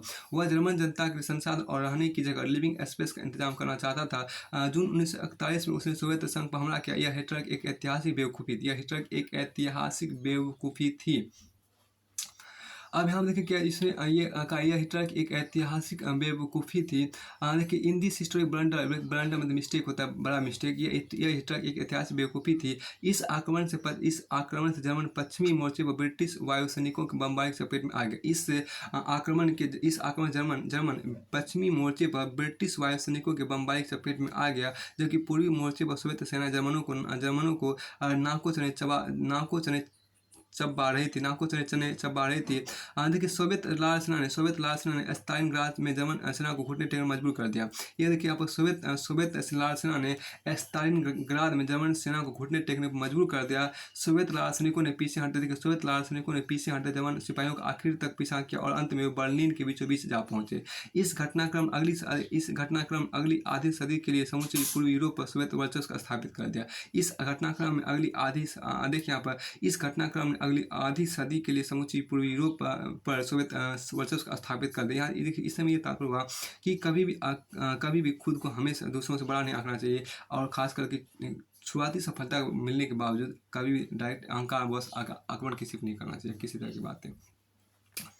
अब आगे यहाँ जो खास बात आपको यहाँ पर कहा गया क्या कि meanwhile the USA had resisted. देखिए यहाँ पर क्या कि meanwhile the USA had resisted involvement in the war, it was unwilling to once again face all the economic problems that the first world war had caused, but it could not stay out of the war for long. Japan was expanding its power in the east, it had occupied French Indochina and was planning attacks on the US naval base in the Pacific. When Japan extended its support to Hitler and bombed the US base at Pearl Harbor, the US entered the Second World War. The war ended in May 1945 with Hitler's defeat and the US dropping of the atom bomb on Hiroshima and Japan. From this brief account of what happened in the Second World War, we now return to Helmut and his father's story, a story of Nazi criminality during the war. अब यहाँ देखिए जो खास बात कहा गया कि America इस युद्ध में फंसने से लगातार बचता रहा था। अमेरिका इस युद्ध में फंसने से लगातार बचता रहा। अमेरिका पहले विश्व युद्ध की वजह से पैदा हुई आर्थिक समस्याओं को दोबारा नहीं झेलना चाहता था, लेकिन वह लंबे समय तक युद्ध से दूर भी नहीं रह सकता था। पूरब में जापान की ताकत फैलती जा रही थी। उसने फ्रेंच इंडो चाइना पर कब्जा कर लिया था और प्रशांत महासागर में अमेरिकी नौसैनिक ठिकानों पर हमले की पूरी योजना बना ली थी। जब जापान ने हिटलर को समर्थन दिया और पर्ल हार्बर पर अमेरिकी ठिकानों को बमबारी का निशाना बनाया तो अमेरिका भी दूसरे विश्व युद्ध में कूद पड़ा। यह युद्ध मई 1945 में अमेरिकी परमाणु बम गिरने के साथ खत्म हुआ। यह युद्ध मई 1945 में हिटलर की पराजय और जापान के हिरोशिमा शहर पर अमेरिकी परमाणु बम गिराने के साथ खत्म हुआ। दूसरे विश्व युद्ध के संक्षिप्त ब्यौरे के बाद अब हम एक बार फिर हेलमुट और उसके पिता कहानी पर वापस लौटते हैं। यह युद्ध के दौरान इस युद्ध के दौरान आपको नाज़ी जुर्मों की कहानी है। इसके आपको आगे देखिए क्या कि देखिए आयरन देखिए यहाँ पर क्या कि image newspaper in India track the development in Germany. अब यहाँ देखिए क्या कि इसमें जो आपको कहा कि आपको भारतीय समाचार पत्र जर्मनी का हाथ बनाया यहाँ पर इमेज एक अखबार के सुर्खी व्यक्त किया गया। और फिर उसके बाद आपको आगे यहाँ देखिए क्या कि नाज़ियों का देखिए विशेष दृष्टिकोण आपको यहाँ पर दिखाया गया है। एक यहाँ पर देखिए नाज़ियों का जो विशेष दृष्टिकोण है उसको यहाँ पर देखिए ये वर्ल्ड वाइड उसमें आपको काफ़ी ज़्यादा इसमें है। देखिए ये वर्ल्ड वाइड यहाँ देखिए क्या कि ये नाज़ी वर्ल्ड वाइड नाज़ियों का विश्व दृष्टिकोण यहाँ देखिए नाज़ियों का एक विश्व दृष्टिकोण है उसको यहाँ पर देखिए इसमें आपको ये कहा गया देखिए यहाँ पर क्या इसमें जो आपको कहा गया देखिए यहाँ आपको जो कहा उसको देखिए इसमें आपको देखिए the rise of the Nazi world view the Nazi यहाँ पर क्या कि नाज़ियों का विश्व दृष्टिकोण देखिए द नाज़ी वर्ल्ड व्यू मतलब नाज़ियों का विश्व दृष्टिकोण देखिए the crimes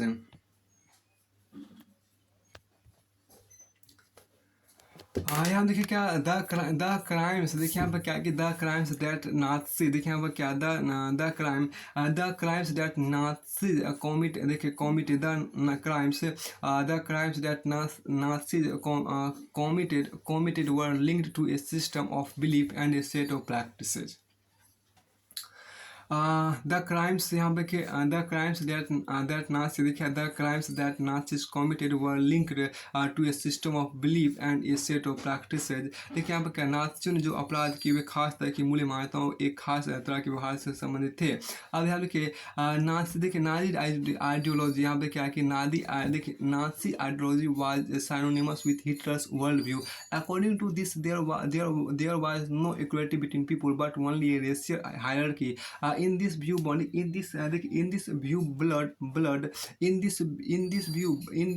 blonde, blue-eyed Nordic German Aryans were at the top, while Jews were located at the lowest rung. देखिए यहाँ पर क्या कि they came to be regarded as anti-race, the arch enemies of the Aryans. All other colored people were placed in between depending upon their external features.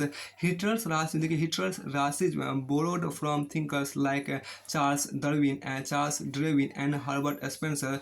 Darwin was a natural scientist who tried to explain the creation of plants and animals through the concept of evolution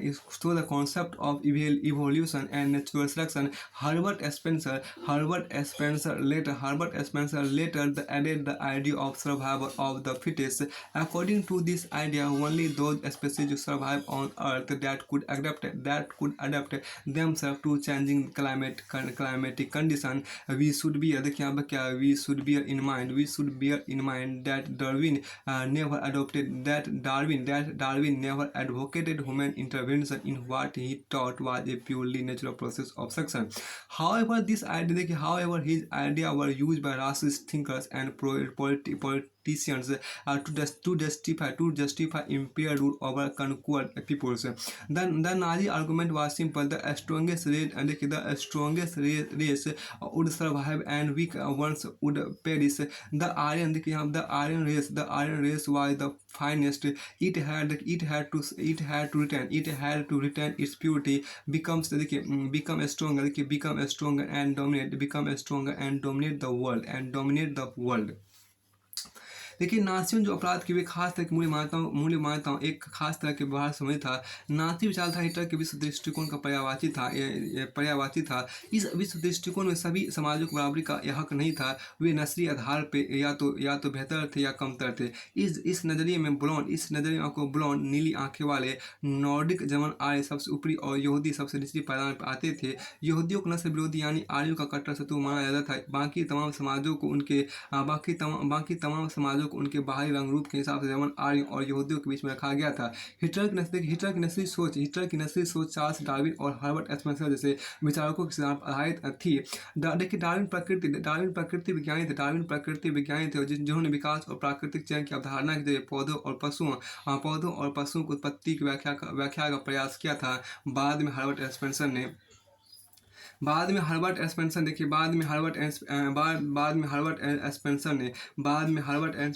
अतिजीविता का सिद्धांत, survival of the fittest, जो सबसे योग है और वही जिंदा बचेगा, यह विचार दिया। इस विचार का मतलब यह था कि जो प्रजातियां बदलती हुई वातावरणीय परिस्थिति के अनुसार खुद को ढाल सकती है वही पृथ्वी पर जिंदा रहती है। यहाँ हमें इस बात का ध्यान रखना चाहिए कि डार्विन के चयन के सिद्धांत को एक विशुद्ध प्राकृतिक प्रक्रिया का इस बात में ध्यान रखना चाहिए कि डार्विन के चयन के सिद्धांत को एक विशुद्ध प्राकृतिक प्रक्रिया कहा था और उसमें इंसानी हस्तक्षेप की वकालत कभी नहीं की। बहुत अच्छी बात यहाँ पर कही थी। यहाँ देखिए क्या, यहाँ हम इस बात का ध्यान रखना चाहिए कि डार्विन के चयन के सिद्धांत को एक विशुद्ध प्राकृतिक प्रक्रिया कहा था और उसमें इंसानी हस्तक्षेप की वकालत कभी नहीं की। लेकिन नस्लवादी विचारकों और राजनेताओं ने पराजित समाजों पर अपने साम्राज्यवादी शासन को सही ठहराने के डार्विन के विचारों का सहारा लिया। देखिए, नाज़ियों की दलील बहुत सरल थी। जो नस्ल सबसे ताकतवर है वह जिंदा रहेगी, कमजोर नस्ल खत्म हो जाएगी। आर्य नस्ल सर्वश्रेष्ठ है। उसने अपनी शुद्धता बनाए रखी है। ताकत हासिल करनी है और दुनिया पर वर्चस्व कायम करना है। हिटलर की विचारधारा का दूसरा पहलू लेवेन अस्त्राउम या जीवन परिधि की भू राजनीतिक अवधारणा संबंधित था। वह मानता था कि अपने लोगों को बसाने के ज़्यादा इलाकों पर कब्जा करना जरूरी है। इससे मातृ देश का क्षेत्रफल बढ़ेगा और नए इलाकों में जाकर बसने वालों को अपने जन्म स्थान के साथ गहरे संबंध बनाए रखने में मुश्किल भी पेश नहीं आएगी। हिटलर की नज़र में इस तरह जर्मन राष्ट्र के लिए संसाधन और बेहिसाब शक्ति इकट्ठा की जा सकती थी। अब देखिए क्या कि हिटलर देखिए अब इससे मातृ देश का क्षेत्रफल भी बढ़ेगा और नए इलाकों में जाकर बसने वालों को अपने जन्म स्थान के साथ गहरे संबंध बनाए रखने में मुश्किल भी पेश नहीं आएगी। हिटलर की नज़र में इस तरह जर्मन राष्ट्र के संसाधन और बेहिसाब शक्ति इकट्ठा की जा सकती थी। पूर्व में हिटलर जर्मन सीमाओं को और फैलाना चाहता ताकि सारे जर्मनों को भौगोलिक दृष्टि से एक ही जगह इकट्ठा किया जा सके। पोलैंड इस धारणा की पहली प्रयोगशाला आपको बनी। फिर आपको आगे हम देखें क्या कि the other aspect of Hitler. देखिए यहाँ पर क्या the other aspect of Hitler's ideology related to the geopolitical concept of Lebensraum or living space. He believed that new territories had to be acquired for settlement. This would enhance the area of the mother country while enabling the settlers on new lands to retain an intimate link with the place of their origin. It would also enhance it would also enhance the material resource and power of the German nation. Hitler देखिए यहाँ पे Hitler intended to extend German boundaries by moving eastwards to concentrate all German geographically in one place. देखिए Poland became the laboratory for this. Poland became the laboratory for this experimentation. इसके बाद आपको आगे यहाँ देखिए कुछ वर्ड भी आपके यहाँ पर दिए, उस वर्ड को देखिए, नए शब्द जो आपको देखिए Nordic German Aryans, Nordic German Aryans क्या होते हैं यहाँ पर आपको कहा गया है। One branch of those classified has Aryans they lived in north European countries and had German और रिलेटेड ऑरिजिन। देखिए नॉर्डिक जर्मन आर्य क्या था कि आर्य बताए जाने वाले की एक शाखा, ये लोग उत्तरी यूरोपीय देशों में रहते थे और जर्मन या मिलते जुलते मुल्क के लोग थे। ब्लॉन्ड क्या, देखिए ब्लॉन्ड नीली आंखों वाले सुनहरे, देखिए ब्लॉन्ड क्या था, नीली आंखों वाले और सुनहरे बालों वालों को ब्लॉन्ड कहते थे। फिर एक्टिविटी यहाँ पर आपको दिया गया है, देखिए read source A and B. देखिए why do they tell you about Hitler's imperial ambition. अब हम देखिए क्या कि इसके बाद यहाँ पर क्या कि what do they tell you about Hitler's imperial ambition. What do you think Mahatma Gandhi would have said to Hitler about these ideas? यहाँ पर देखिए क्या कि इनमें से हिटलर के समाजवादी मंसूबों के बारे में आपको क्या पता चलता है, आपकी राय इन विचारों पर महात्मा गांधी हिटलर से क्या कहते हैं। अब यहाँ देखिए क्या सोर्स बी की बात हम यहाँ पर करते हैं, सोर्स बी की बात अब यहाँ पर करते हैं। देखिए यहाँ पर क्या इन एन एरा, देखिए when the earth is gradually being divided up among states some of which embrace almost entire continents we can't speak of a world power in a connection with a formation whose political mother country is limited to the absurd area of 500 kilometers। देखिए यहाँ पे क्या स्रोत ख्वा में आपके कदबी में कहा क्या, यह पृथ्वी तो ना तो यहाँ देखिए यहाँ पर क्या, यह पृथ्वी ना तो किसी को हिस्से मिली और ना ही तोहफे में नियति ने यह उन्हें सौंपी है जिनके हृदय में इसको जीत लेने का, इसको बचाए रखने का साहस है और जिसके पास इस पर हल चलाने की उद्यमशीलता है। इस दुनिया का सबसे बुनियादी अधिकार है जीवन का अधिकार, बशर्ते किसी के पास उसे हासिल करने की ताकत हो। इस अधिकार के आधार पर एक ऊर्जावान राष्ट्र अपने भूभाग को अपनी जनसंख्या के हिसाब से फैलाने के रास्ते ढूंढ लेगा। अब आगे यहाँ देखिए कि 4 सेक्शन ए की बात यहाँ आपको की गई थी। यहाँ देखिए इसके बाद आपके यहाँ कहा गया, देखिए यहाँ पर फॉर दिस अर्थ, यहाँ पर स्रोत बी में आपको जो कहा गया तो थोड़ा सा अलग था, स्रोत बी की जो बात आपके यहाँ पर की गई थी। देखिए इसके बाद आपके यहाँ पर स्रोत बी यहाँ पर नहीं है तो स्रोत ए को यहाँ देखिए, for this earth is not allowed to anyone nor is it presented to anyone as a gift. It is rewarded by providence to people who in their hearts have the courage to conquer it, the strength to preserve it, and the industry to put it to the plough. The primary right of this world is the right to life. So far has one possesses the strength for this, hence on the basis of this right, a vigorous nation will always find ways of adapting its territory to its population size। Activity में आपके यहाँ पर है क्या कि देखिए why do they tell you about Hitler's imperial ambition. यहाँ पर एक्टिविटी के अंतर्गत जो आपको कहा उसको देखिए, इसी में आपको जो कहा उसको यहाँ पर आपको बताया गया है कि देखिए इनसे हिटलर के समाजवादी मंसूबों के बारे में आपको क्या पता चलता है। What do you think Mahatma Gandhi would have said to Hitler's about this ideas. आपके इन विचारों पर महात्मा गांधी हिटलर से क्या कहते हैं। अब देखिए आप एक आपको जो आपके यहाँ थोड़ा इसको देख लेते हैं कि यहाँ देखिए क्या कि इसमें जो आपको कहा गया कि establishment of the racial state, राष्ट्रवादी राज्य की स्थापना के बारे में यहाँ पर कहा गया है।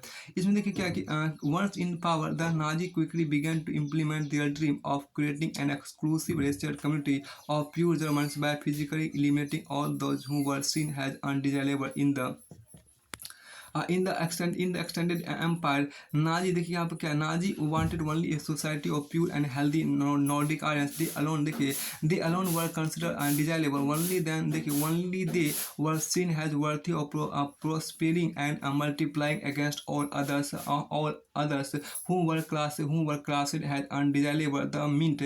This meant that even those Germans who were seen as impure or abnormal had no right to exist। Under the euthanasia program, Helmut Fathers, along with other Nazi officers, had condemned to death many Germans who were considered mentally or physically unfit। देखिए सत्ता में पहुंचते ही नासियों ने शुद्ध जर्मनियों में विशिष्ट नस्लीय समुदाय की स्थापना के सपने को लागू करना शुरू कर दिया। सबसे पहले उन्होंने विस्तारित जर्मन जर्मन साम्राज्य में मौजूद उन समाजों या नस्लों को खत्म करना शुरू किया जिन्हें वे अवांछित मानते थे। नासी शुद्ध और स्वस्थ नॉर्डिक आर्यों का समाज बनाना चाहते थे। उनकी नज़र में केवल ऐसे लोग ही वांछित थे, केवल ये ही लोग मतलब यही नार्डिक आर्य केवल यही नार्डिक लोग हैं जिन्हें तरक्की और वंश विस्तार के योग माना जा सकता था। बाकी सब अवांछित थे। इसका मतलब यह निकाला कि ऐसे जर्मनों को भी जिंदा रहने का कोई हक नहीं है जिन्हें नासी अशुद्ध या असमान मानते थे। यूथेनेजिया, देखिए यहाँ पर क्या यूथनेजिया मतलब क्या होती है, दया मृत्यु। यूथनेजिया मतलब दया मृत्यु कार्यक्रम के तहत बाकी नासी अफसरों के साथ साथ हेलमुट के पिता ने भी असंख्य ऐसे जर्मनों को मौत के घाट उतारा था जिन्हें वह मानसिक या शारीरिक रूप से अयोग्य मानते थे। अब देखिए यहाँ तक आपको हो गया, इस चीज़ को हम यहीं तक रखते हैं। इसके बाद आपको आगे यहाँ पर इस चीज़ को हम यहीं तक रखते हैं।